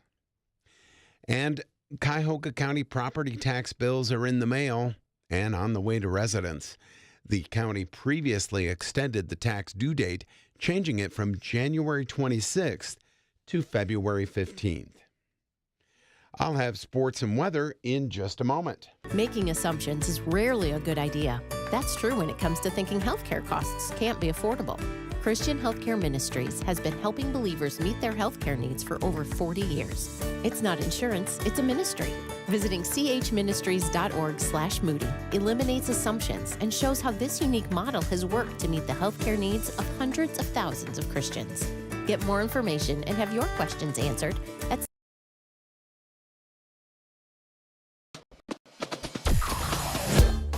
Mornings with Brian. Moody Radio Cleveland. 103.3 at 6 to 9 a.m.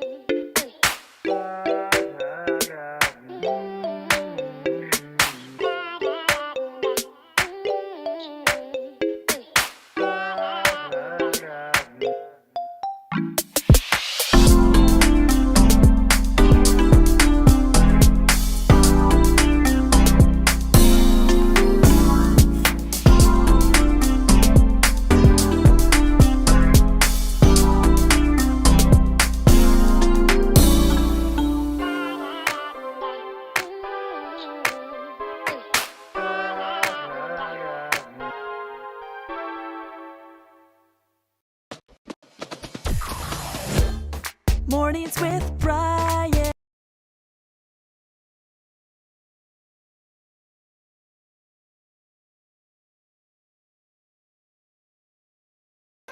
The opinions expressed during this program represent the opinions of the participants and is given for informational purposes only. Any information provided is not intended to replace professional advice for your specific situation.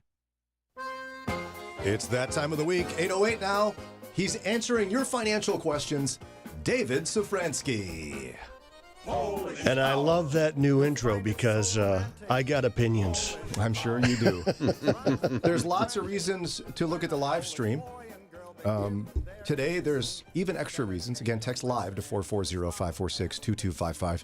You can see Dave, which is shocking, and I'll just leave it at that. You decide what that means. 45-ish.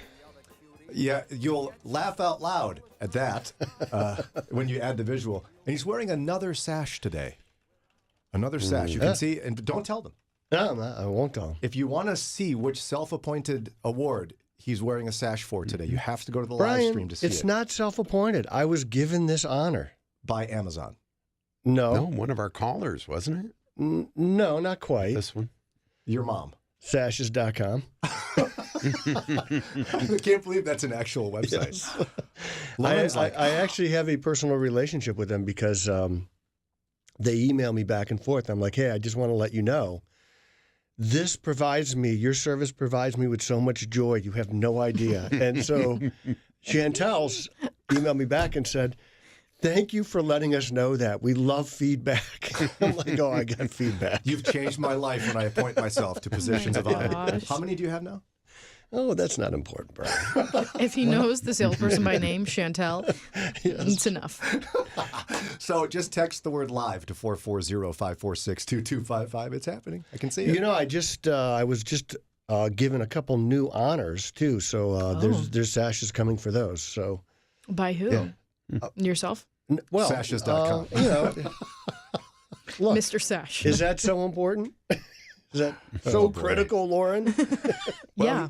I wouldn't ask him for life advice, but you can certainly get financial advice. Text Dave with your financial advice, 440-546-2255. Your questions today.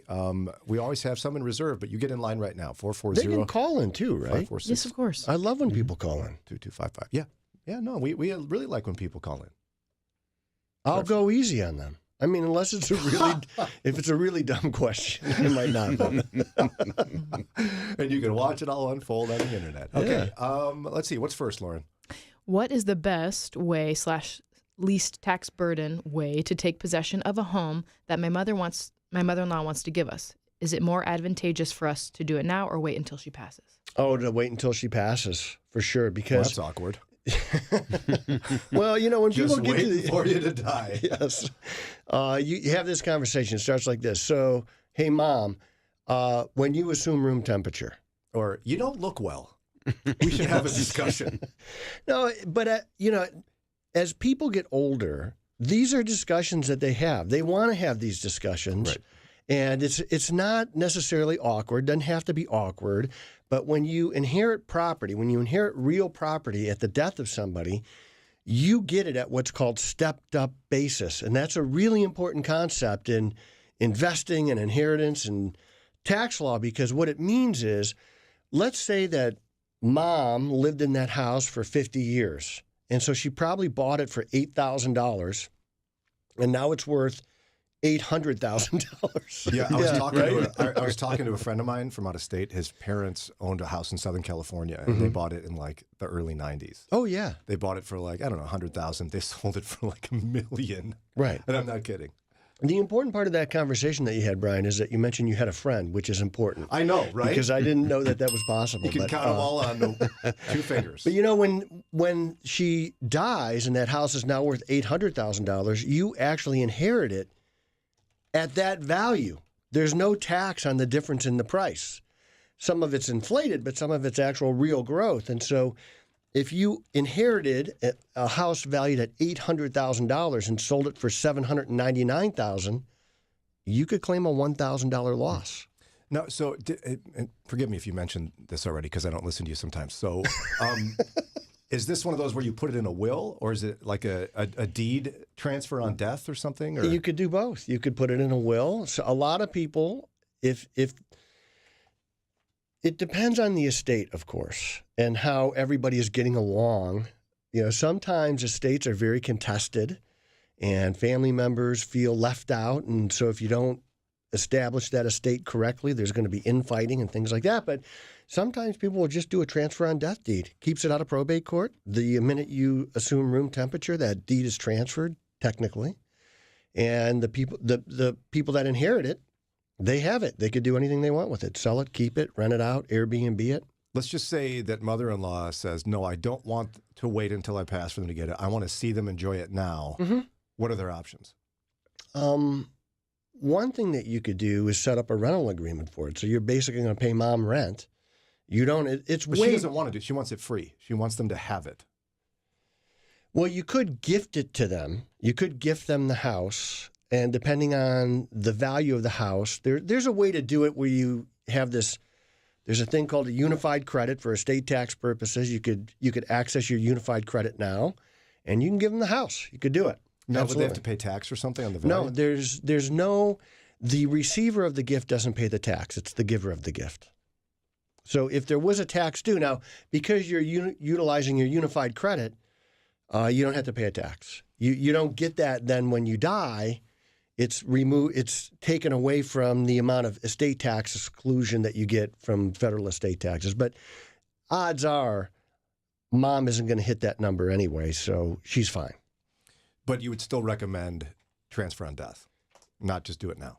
Well, I don't know if it's going to be transfer on death for this family or through a will or through a trust, but certainly inheriting the property is the single best way to receive real property from somebody. We should test this out. You could put me on your. Well, Brian, will. I'm so young. I'm probably going to outlive you, and I take care of myself. So odds are I'm going to live to like 160. I'm pretty sure. And again, if you want to verify any of that, text live to 440-546-2255, and you can evaluate for yourself. Look right at Dave on the screen and go, let's see. No, that's not true. Okay, next question. What is the best way for parents of children with disabilities to go about receiving financial aid? Is governmental financial aid the ideal option for getting help, or is there a better place or a platform to consult? Well, certainly if you have a disabled child, government aid is going to be available to you in a variety of different ways. But the thing that for somebody that has a disabled child that may never be able to be on their own, live independently, one of the things that I think would be a consideration is a special needs trust for that child. And so it's not just the aid that you're getting now from government resources, but also when you're gone, what happens to that kid? Are they going to be institutionalized? Is there going to be money set up? And what a lot of people do, and Nathan would be a great person to talk to about this. Attorney Nathan Zion, Esquire. Yeah, because he could set up, I'm sure he could set up a special needs trust for somebody, but that is a way to make sure that when you're gone, that child is taken care of. And you can fund it through a variety of different sources. Some people do it just from the money that they have. Some people use life insurance to fund that trust. But there's, if somebody is never going to be independent, what are we going to do when you're gone? And those are things that you have to plan for. So certainly government funding, things like Medicare, Medicaid, things like that would be, Social Security would be available to them. And then how like they... Right now it's available. Right now, yeah. So, right now. so should they go to like their local Social Security office or call or something just to set up an appointment? Absolutely. Because even if the child's like a toddler, those... there's going to be benefits that are available to you right now. And why not take advantage of it? Because we all know, I mean, when you have a kid with special needs, there's extra expenses involved. Yeah, I mean, it makes sense to do it. That's why as a society we set those things up. Yeah, government benefits aren't free. You pay for them. Oh, right, so, yeah, exactly. Right, so if somebody, I've talked to people where they say, oh man, I'm really embarrassed. I'm going to file for unemployment. Like, bro, don't be embarrassed. That's right. You paid for this your whole life.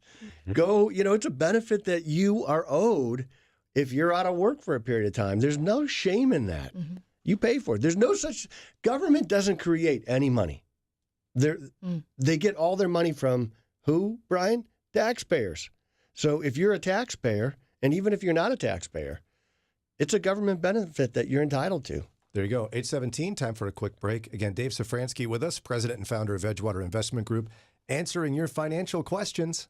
And he's on camera today on the live stream. Go find us on YouTube or text live to 440-546-2255. You know, it's true. Difficult times have a way of focusing us. We have to think about what matters most when it comes to our spending, our health care. This is why so many people are joining Medi-Share right now.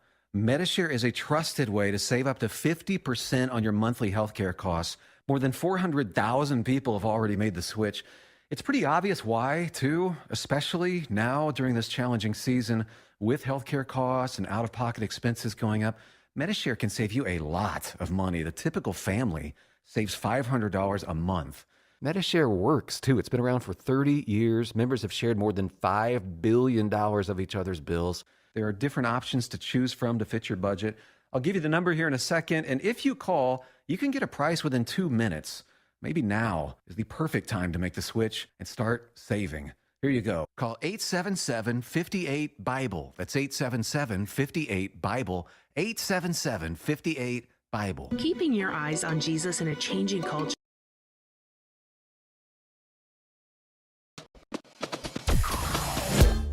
Mornings with Brian. Moody Radio Cleveland. 103.3 at 6 to 9 a.m.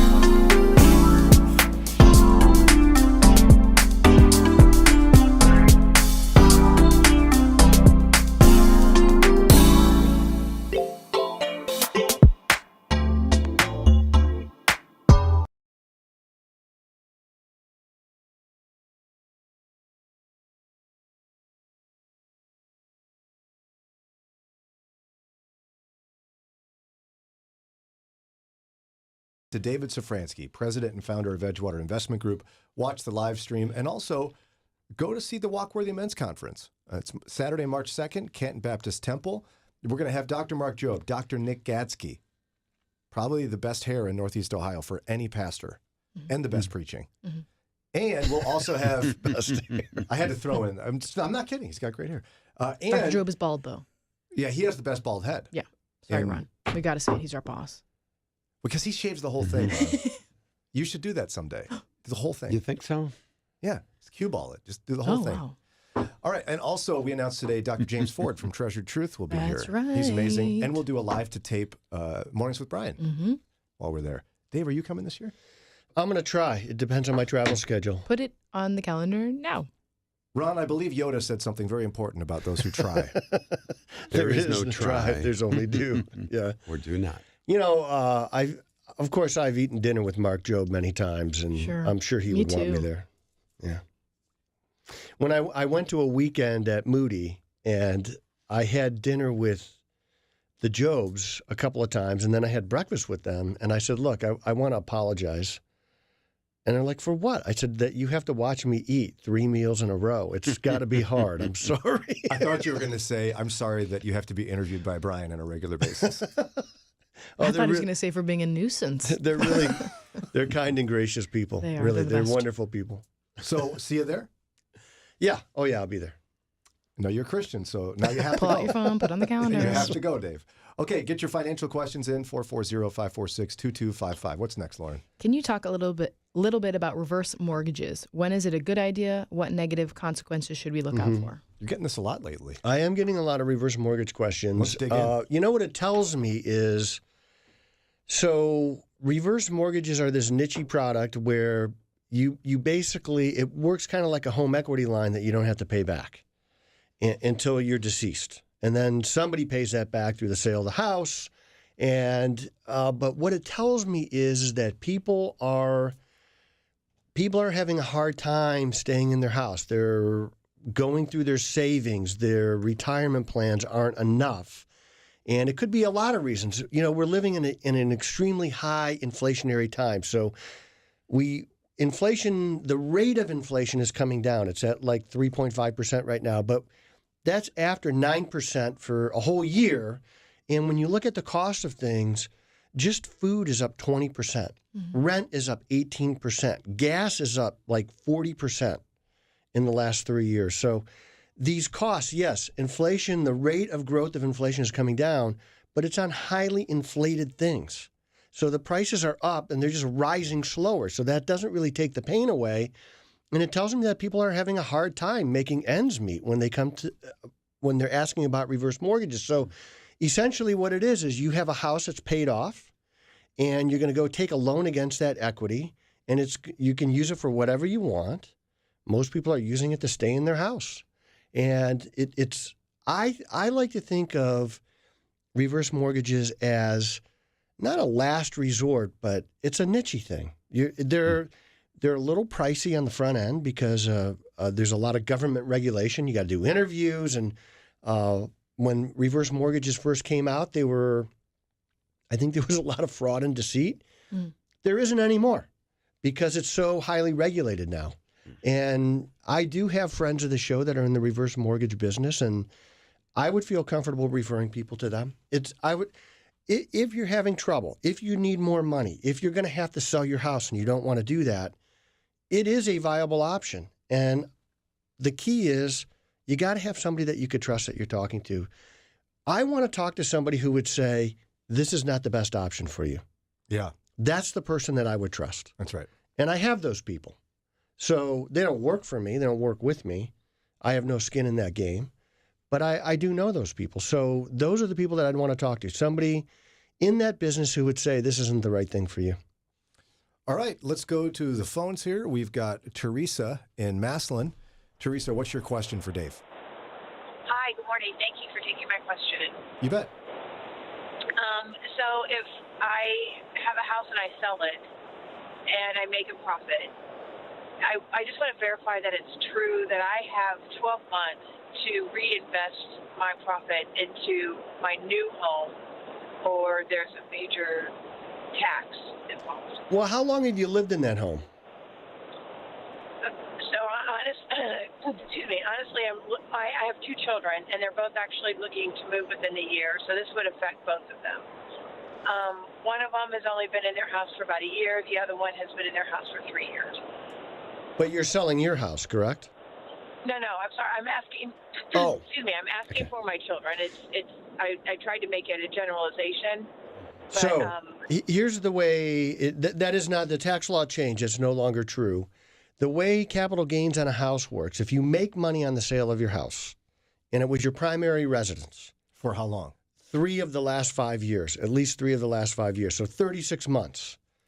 If you've lived there for more than 36 months, you could avoid $500,000 in capital gains if you're married, $250,000 if you're single.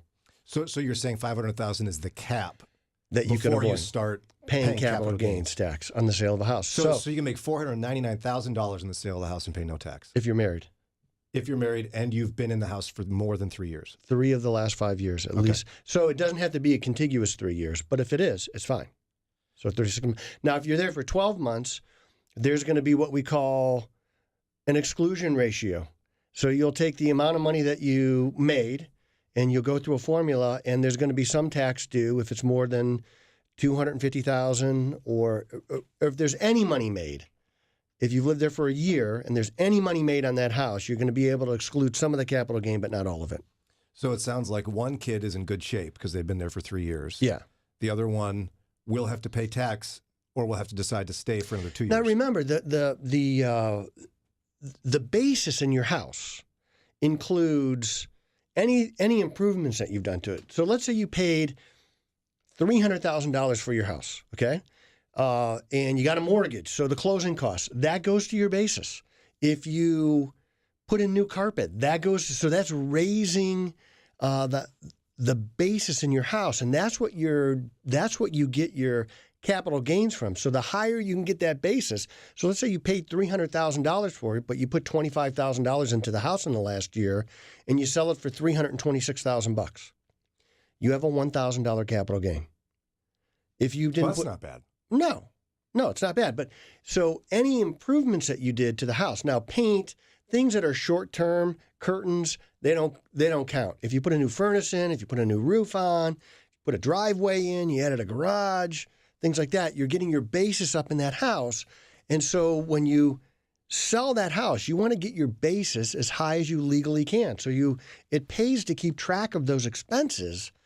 Just when you buy a house, you should start a file on your house and just things that you do to it, like a furnace. Lauren. I got a book for Eddie that is house maintenance, okay? So he can track all his stuff. Thank you very much. Wow. Don't talk to me again. Little hands off here is the wife, it looks like. Whoa.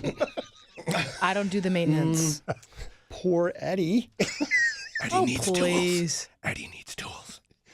Eddie needs tools. A compound miter saw. He needs a compound miter saw. Come on, Lauren. Every guy needs a compound miter saw. Yeah. He owns a home. Even if he just leaves it plugged in and he just hits the trigger every once in a while, he might never use it, but just to hear that sound. Oh, he'll use it. He'll use it. Lauren, commit right now. I'm not committing right now, but I trust and believe that you are right. I need to hear that more often. Yeah, Ron I'd has be that careful tip. throwing those kind of phrases around, Lauren. Alone. I just want you to leave me alone. So now, but before we hit the break, the kid that owned the house for a year, should they go to a CPA to do some of these calculations? Well, you don't need to, but I think everybody should go to a CPA at least once in their life. And especially when there's a big life change like this, I think it makes sense to do that, to make sure that you have everything right, to make sure that you're not getting letters from the IRS for the next 5 years that say you owe money. Yeah. And then as the longer you owe money, now you owe fines. And so you pay the money that you owe, and then they say, but you still owe this money. So I don't think it's a bad idea ever to go to a CPA and just say, will you do my taxes this year? And these are the things that happened. And I think it's wise to do that. There you go. All right, let's take a quick break so Lauren can go online and buy a compound miter saw for Eddie. And we'll be right back with more of your financial questions for David Szfranski. 440-546-2255. Learning to trust God in any circumstance is vital to growing in faith. I'm Donna Leland, and you're listening to Today in the Word, from Moody Bible Institute. Sometime after Abram rescued Lot, God appeared to Abram and said, "Do not be afraid, Abram. I am your shield, your very great reward." What a wonderful promise. Yet, Abram did not immediately respond in gratitude.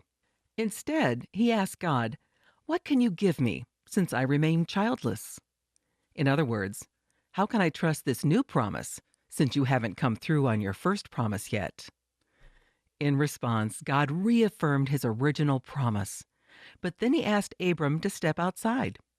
God commanded Abram, "Look up at the sky and count the stars. So shall your offspring be." Today in the Word, we read Abraham's response and God's assessment in Genesis 15:6. Abram believed God, and it was credited to him as righteousness. The God who is powerful enough to create the universe would be powerful enough to keep his promises. Through this experience, Abram learned to trust in God's word more than his own experience or reasoning. God also calls us to live in faith, to trust his word and the finished work of Jesus. As the Apostle Paul reminds us, the words, "it was credited to him," were written not for him alone, but also for us, to whom God will credit righteousness, for us who believe in him who raised Jesus our Lord from the dead. And don't forget, you can download the free Today in the Word app or get a daily email in your inbox. Sign up today at todayintheword.com.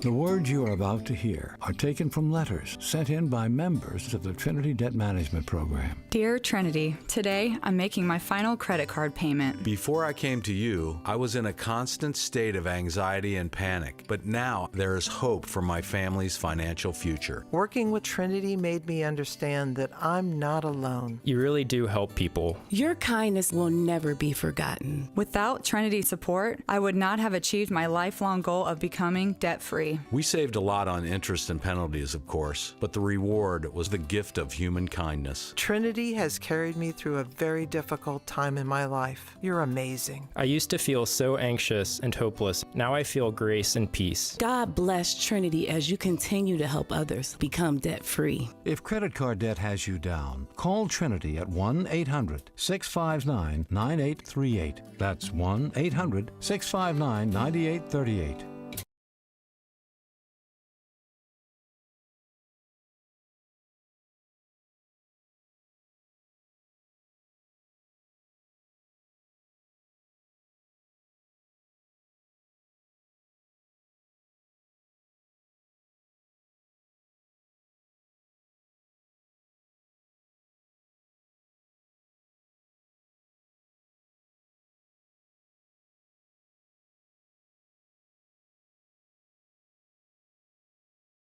I bet you Dave thinks he can land a plane if he had to. Right. Oh, I definitely could. Oh, I definitely could. But now, Wrong. Again, get your financial questions in for Dave Szfranski, president and founder of Edgewater Investment Group. 440-546-2255. We'll also add a little layer here of things you could call for. Because, and Lauren, you don't know what I'm doing. I didn't tell you about this. Haha. So Dave and I are strong advocates of a theory, and here's the theory. Like, if you have minor household repairs to do, and sometimes some major ones, and you've got the internet at your house, you can save money doing the project yourself. Sure. But as part of that, you're saving money on labor. You need proper tools to do it properly. So 100%. So you need a tool for every project. So if you have a project to do at home, you can call us and we'll recommend the tool. Oh my gosh. Eddie's project is his 3-month-old. Yeah, seriously. No, but what's your latest project for Eddie? Just let me know. What's his next project he has to do? Go ahead. We'll show you how some this shelves works. in the bathroom. Shelves in the bathroom. He definitely needs a circular saw if he doesn't have it, and I know he doesn't. Yeah. Why does he need a circular saw to put shelves in the bathroom? Because he might have to. It's You cheaper got to to cut get them in a lumber. length. You He got to cut them in a length. already has the shelves. They're pre-cut shelves. They're from the store. He just needs to put them in the wall.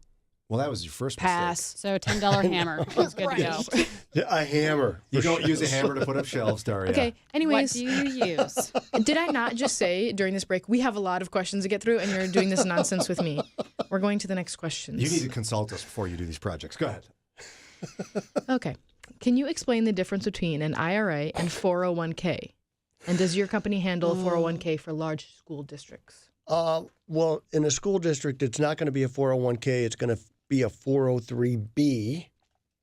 And an IRA is an individual retirement account. Anybody can do that, assuming that you have income and that your income isn't above a certain amount. You can't deduct a traditional IRA above a certain amount of income, as you can't participate in a Roth above a certain amount of income. Also, there's a workaround on that, which we call the backdoor Roth IRA. But a 401k is offered by a business, and a business will offer a 401k as opposed to the traditional pension plan, where you say, well, hey, Lauren, you've worked here for 45 years.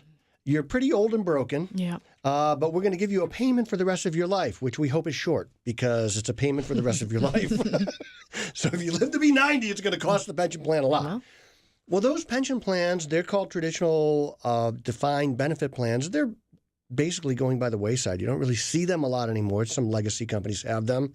So the 401k and other plans like that are really what people have, and those are considered defined contribution plans. And if you want to retire in any form or fashion without having to eat Dinty Moore and dog food under a bridge. Yeah, whoa. Dinty Moore's good. Pick something else. Yeah, it's a little high in sodium, Brian. It's so good, though. Sorry, carry on. If you want to not have a long retirement, eat a lot of Dinty Moore. Your arteries will be clogged and you're going to have high blood pressure. That meat is so good. But these plans really depend on you contributing and investing wisely.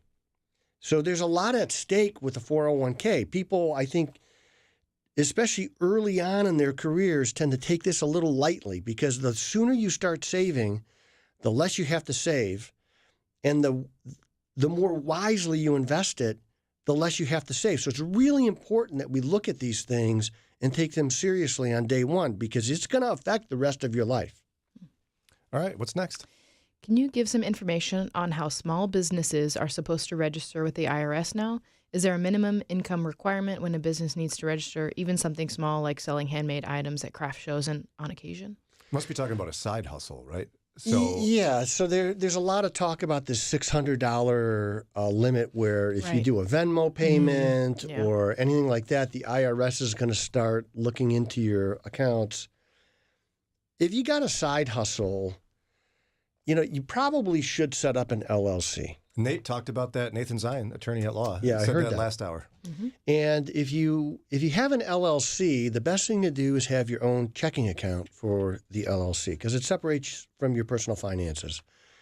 And then it will file its own tax return. So if you're making money from something, and the way that you calculate this is anything that goes into the production of whatever you're doing, you're able to offset that against income. So if it costs you $1,000 to get the material to go to a show and you make $1,000, you basically have no income. Mm-hmm.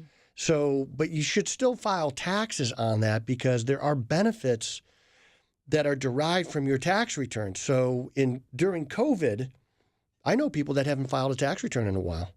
They couldn't get the COVID check because they had the IRS didn't know they were alive. Mm-hmm. So they had to hurry up and file taxes. Yeah. Most of them didn't owe money. Yeah. And technically, if you don't owe money, should you have to file a tax? Or if you have no income? Well, probably not. But it's free to do that. Yeah, you can do it for free. It's not hard to file taxes. No, so I think it makes sense because there are certain things that you could deduct and write off against even kind of a side hustle could be valuable tax-wise for you. It could save you some money. Okay. My question is, can you get a reverse mortgage on a home that you own outright but do not own the land? It's leased land. Huh. I wonder if my friend Steve would know that answer. I know he listens. Well, Steve, if you're listening. Steve? You get so... That's a good question. I don't know. The value of the property is what you're getting the reverse mortgage on. There's a lot of little nuances with things like this. Some companies would probably do it. Some companies might not do it. You probably just are looking for the right company. But I think you can because you own the property, the house. Yeah. That's the real property. Okay, there you go. How would you advise tithing on a significant inheritance I recently received? Now on the initial amount or on the amount when I take it out in a few years, we'll likely use it on vacation home down payment. Pardon me. Hold on. Moody Radio. Moody Radio. Word. Yeah, tithing. I get this question a lot personally. On inheritances? Well, on tithing in general. Oh, I see. Tithing in general. As Christians basically tithe about 3% of their income. And, there's some people are just stupendous givers. And if you weren't raised in an environment of giving, it is a difficult concept. It really is. And what I found is that if you have a hard time giving when you don't have a lot of money, you're going to have an even harder time giving when you have more money. Because it's just not something that you've thought about, assimilated into your budget. And we know that tithing, it isn't because God needs our money. It's about trusting God. And God doesn't need your money to make the kingdom of heaven work, but it is about trust. And the way that I usually talk to people about inheriting is how to tithe on inheritance is, one, you have to look at how the inheritance was received. So let's say that you receive the inheritance of a house. Well, there's no real income from that. There's no cash from that. It's hard to tithe off of that. So let's say that you were going to take that house and you were going to Airbnb it. I would tithe off the money that you're getting from the Airbnb profits. If it's in an inherited IRA, I would probably tithe off the money that I'm taking out because that's when you're actually getting the money. So I think it's situational in nature. But what I like about it is they're asking, how do I tithe off of this? I know this. I want you to tithe off of it. And that's the important thing. So how we get to where we're going on exactly how we tithe, we could talk about that individually. But it's important that all of this is God's money. And people say, well, I'm going to give my 10% to the nickel. And my answer to them is, that's legalism, in my opinion. So 10% is a great place to start. Yeah, most theologians we have on the show, particularly like Moody theologians, say the principle in the New Testament is 10% is the minimum. In fact, no percentage is actually given. And so some would argue it's higher than that. I think it's a condition of the heart. Money and giving is a condition of the heart. If you have a really hard time letting go of money, it's not really about the money. Yeah. It's about how you feel about the money. And I think if you have a really easy time, now we got to be careful because we don't want to put ourselves into poverty. But some people have taken a vow of poverty. So now let's just say they give, let's say 10% to the church, but they want to be to their church. I mean, where else could they? Well, obviously you could give to Moody, Brian. Moody's if you're listening and you listen to Moody all day, or you listen to Moody in the morning, you're benefiting from this. And why shouldn't other people have the opportunity to benefit from it? And it takes money to turn these lights on and to have Mr. Universe. That's right.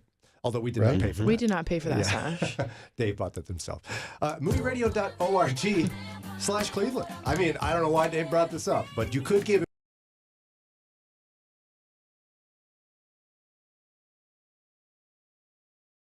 or MoodyRadio.org/Cleveland. All right, so it's time for a quick break. We'll come back with our final portion of the show with David Szfranski, president and founder of Edgewater Investment Group. A.K.A. Mr. Universe. Okay, 440-546-2255. Let's take a moment today to thank God for His Word. Here's John MacArthur. Father, we thank you for the consistency of Scripture and its power. Thank you that it lives and breathes. It does a mighty work in our souls of encouragement, pouring the truth in. For those who don't know it, that they might know it. For those who know it, that they might even love it more and proclaim it more faithfully. Amen. Attention all high school students and parents. We invite you to visit Moody's campus in the heart of downtown Chicago, in person or virtually. Experience life as a Moody student by scheduling an individual visit to campus with your family. We are excited to welcome you to learn more about whether Moody is right for you and your student. Meet with an admissions counselor and sit in on class in person or through Zoom. Schedule your campus visit today at moody.edu/experience Moody.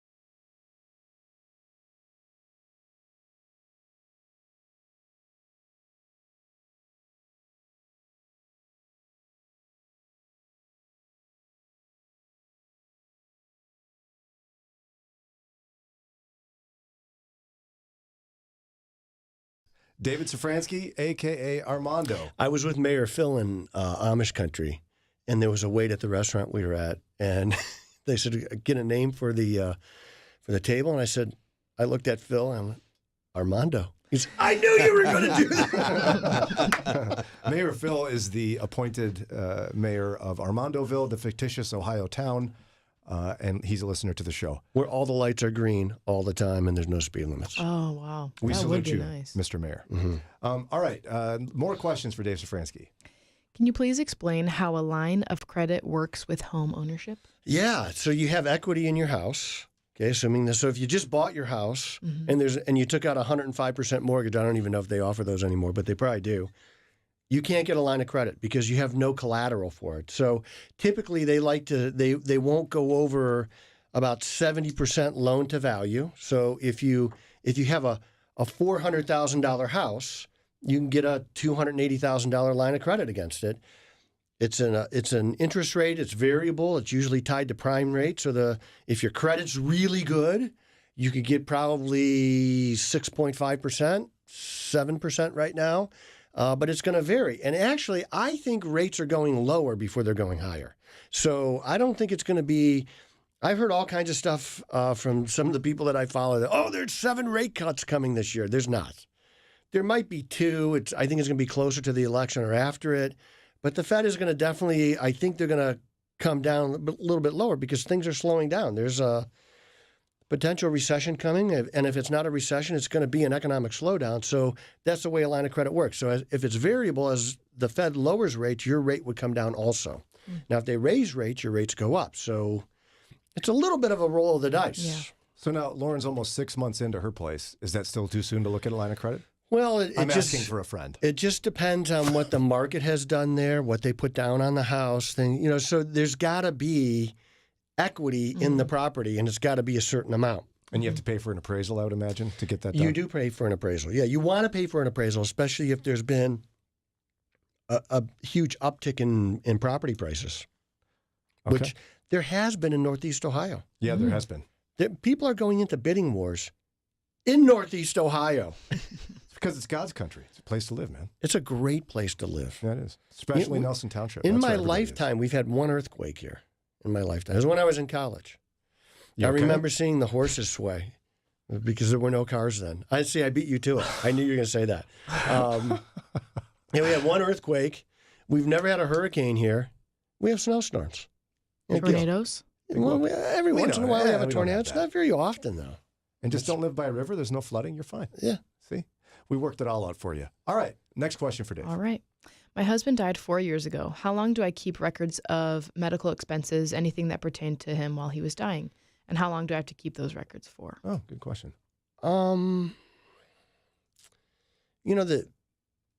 Typically people would say 5 to 7 years, but I don't think I'd keep more than 5 years. And I would shred everything. If you don't have a shredder, there's companies that will drive out to your house with a big truck and shred things for you. I have them come to, a lot of businesses do this, but I'm a little bit hands-on. I say, I want to see you throw these boxes into the shredder. And one time that I had some old computers that they were going to shred, and they're like, we got to take these to the office to do it. I said, I'll just leave them right here. You're not taking those. They shred computers? Oh, yeah. Shred. They turn them into little, they turn them into that. It's pretty awesome, to be honest. It sounds great, too. It's so satisfying to hear a computer get shredded. Hey, if you own one of those companies, stop by the radio station. We got plenty of computers, I think, in storage that we could just chop up. Sure. And do have some a of lot the fun. new ones, too, because it sounds so cool. You might want to talk to Alan about that. Wait, I'm not in charge of the computers? Hey, but you None can of just us in tell this Al, room are. hey, while you were out, we cleaned up the place. We shredded everything. All the computers, the desk furniture, everything. That's why Alan won't take a vacation. He's He afraid knows I'll shred better. the computers. Exactly. He Yeah, knows probably. better, right? Poor guy. All right, next one.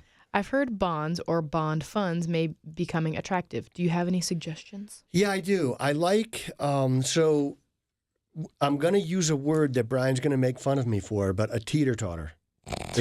So, and a teeter-totter. You say that's so weird. Where does that come from? And teeter-totters generally both sides don't go up at the same time. One side's going up, one side's going down. So when interest rates are high, you have a high interest rate side, okay? So the fat kid on the teeter-totter right now is bond values. They're lower because bond rates are high. When bond rates come down, when the Fed lowers rates probably later this year, bond values are going to come up. That's when you want to own bonds. And so you could buy a bond fund, yes, or you could buy individual bonds. Yes, it's very easy. It's not as easy as buying a stock. It takes a little bit more time. You buy a bond, the report comes back to me in, I don't know, like a minute. If I buy a stock, it comes back to me in a millisecond. So it's just a little bit more clunky to buy a bond, but it's very easy to do. Talk to somebody who's done this before so that you don't buy the wrong thing, because bonds are a little bit trickier. They're not as easy as stocks. Two quick things. Number one, one of the main reasons to watch the live stream this hour is to watch Dave consistently adjusting his sash. You regularly are adjusting your sash, Well, Dave. Mister keeps going over my shoulder because my shoulders are so See, I big. told It you he's doesn't. doing it. Yeah. And then we had Todd suggest that we actually could shred your Wi-Fi routers, Ron. Really? Yeah, you have that pile of Wi-Fi. Oh, you want to keep those Oh, probably. yeah, that would be great. Wouldn't be as good as a computer, but it would make some good noise. Could we shred those? Yeah. Is Todd coming here, or do I have to go to him? Well, I don't think he owns the company. He's just suggesting things we could shred without getting in trouble. Jen in Medina said Crew Solutions is almost your neighbor. They can help you shred or recycle your old computer equipment. Well, here's the thing. We're not paying for it, so they'd have to. Oh, my come over here and What would be bonus really watch. fun is if we get some hammers and go out in the back and do it ourselves. Smash it. We've got a printer we need to do that with. Oh, So. yeah, poor thing. Hillary Clinton has some experience in smashing old computer wow. pieces. All right, moving on. Oh, boy. Jeez, dude. Call her. What's the next one? Let's see. Does a non-taxed traditional IRA affect your Social Security income prior to your official retirement age? Yes. Yes. Anything. Oh, we're done? Anything that you Yes. take, anything that increases your income affects your Social Security payment. Yeah. That was almost a Rydelnik answer. That you said that increases or just affects it at all? Anything, well, if you're doing something that increases your net income, it's going to affect the taxability of your Social Security. Okay. All right. I am too old for an affordable LTC policy. Is a 10-pay hybrid policy a good idea at a $5K a year? I don't understand any of me that. neither. So long-term care is a way to pay for things like nursing homes and long-term care, LTC. Yeah. Why do we use acronyms so much? It just, I think back in the day when I first started in business, it was so easy to buy long-term care. There was like 40 companies that did it. They were all in pretty strict competition with each other. You could get a lifetime benefit. People would buy a 2-year, 3-year, 5-year lifetime. And all those companies went out of business because the cost of healthcare rose so dramatically, so quickly. So there are really only a few companies in the long-term care business anymore. And I think it really just comes down to, do you think you're going to access a nursing home? A lot of people don't. A lot of people will do home health care, and there's companies that all they do is home health care. They send somebody to your house to help you with the activities of daily living, cooking, cleaning, bathing, things like that, mobility issues. It's way less expensive. Now, the thing that people will use a nursing home for is if you have a patient who's an invalid. Well, if you're married and your spouse is unable to bathe, you think, well, I'll just help them take a bath. That is the most dangerous thing that you could do because you can't lift them. Yeah. People are falling and slipping, banging heads. So sometimes that person is going to definitely access a nursing home. And I think that's where the personal choice is. What is the likelihood that you're going to use a service like that, and would it make sense? And really what you're buying now is a dollar amount of health care. So let's say you pay the $5,000 this year and you've bought $350,000 of health care in a nursing home. You could access it. You won. You pay $10,000 and you got $350,000. If you do it for 15 years and you never access it, well, that's the thing with insurance. It's kind of a gamble. I'm betting that I'm going to need it, and they're betting that I won't. Right. So who's going to win? Yeah. What happens to that money if you end up passing away before you need long-term care? Some policies will return it to somebody, and some policies won't. It's just that's the gamble. So, wow, so you could lose a lot of money. Well, I mean, you didn't really lose the money, Brian, because you had the peace of mind that if you needed it, you could access that. Some people just self-insure. They save money. Some people don't have that opportunity, so they buy a long-term care plan. It really comes down to personal choice. If you have a family history of everybody being institutionalized for the last 10 years of their life, you might want to consider it. Okay. Well, do we have a quick one, or do we have to say goodbye? Say goodbye. All right. Well, you can always text in anytime with your questions to David Szfranski, president and founder of Edgewater Investment Group. You can also go back and watch this again and listen to the answers if you missed it. And you can go for yourself at any point today and see that, yes, he did purchase a sash, dubbing himself today Mr. Universe. And you can watch him adjust it for an hour. Moody Radio did not pay for that sash. No, let's be clear. I was thinking about just wearing like a bathing suit and a mesh tank top next week and this sash. So I won't let you in the door. I won't put you on camera. Yeah, exactly. We don't want to break our equipment, Dave. So the internet would be flooded with views, I'm telling you. We don't want those views. Not all views are good views. All right. That just about does it for today. If you want to reach out to Dave, come to us, Mornings with Brian at moody.edu or morningswithbrian.com. What? I don't even know Our what I'm saying. phone number is 440-546-2255. We have a website, don't we? How long have you been doing this? I don't go to the website, Dave. How pretentious would that be? moodyradio.org/Cleveland. Well, but we also have a Mornings with Brian website, We do, don't we? yeah. What is it again? I think it's morningswithbrians.com. Brian's. Two Brian's. No thanks. Well, it's .org, though, isn't it? I don't know. We'll find out. Just Google. Just type it in. Google or it. text us. Google knows. Yeah, Google really does. Dave, we'll miss you. I'll see you next week. Can't wait. It's 9 o'clock. Here's J.D. Greer.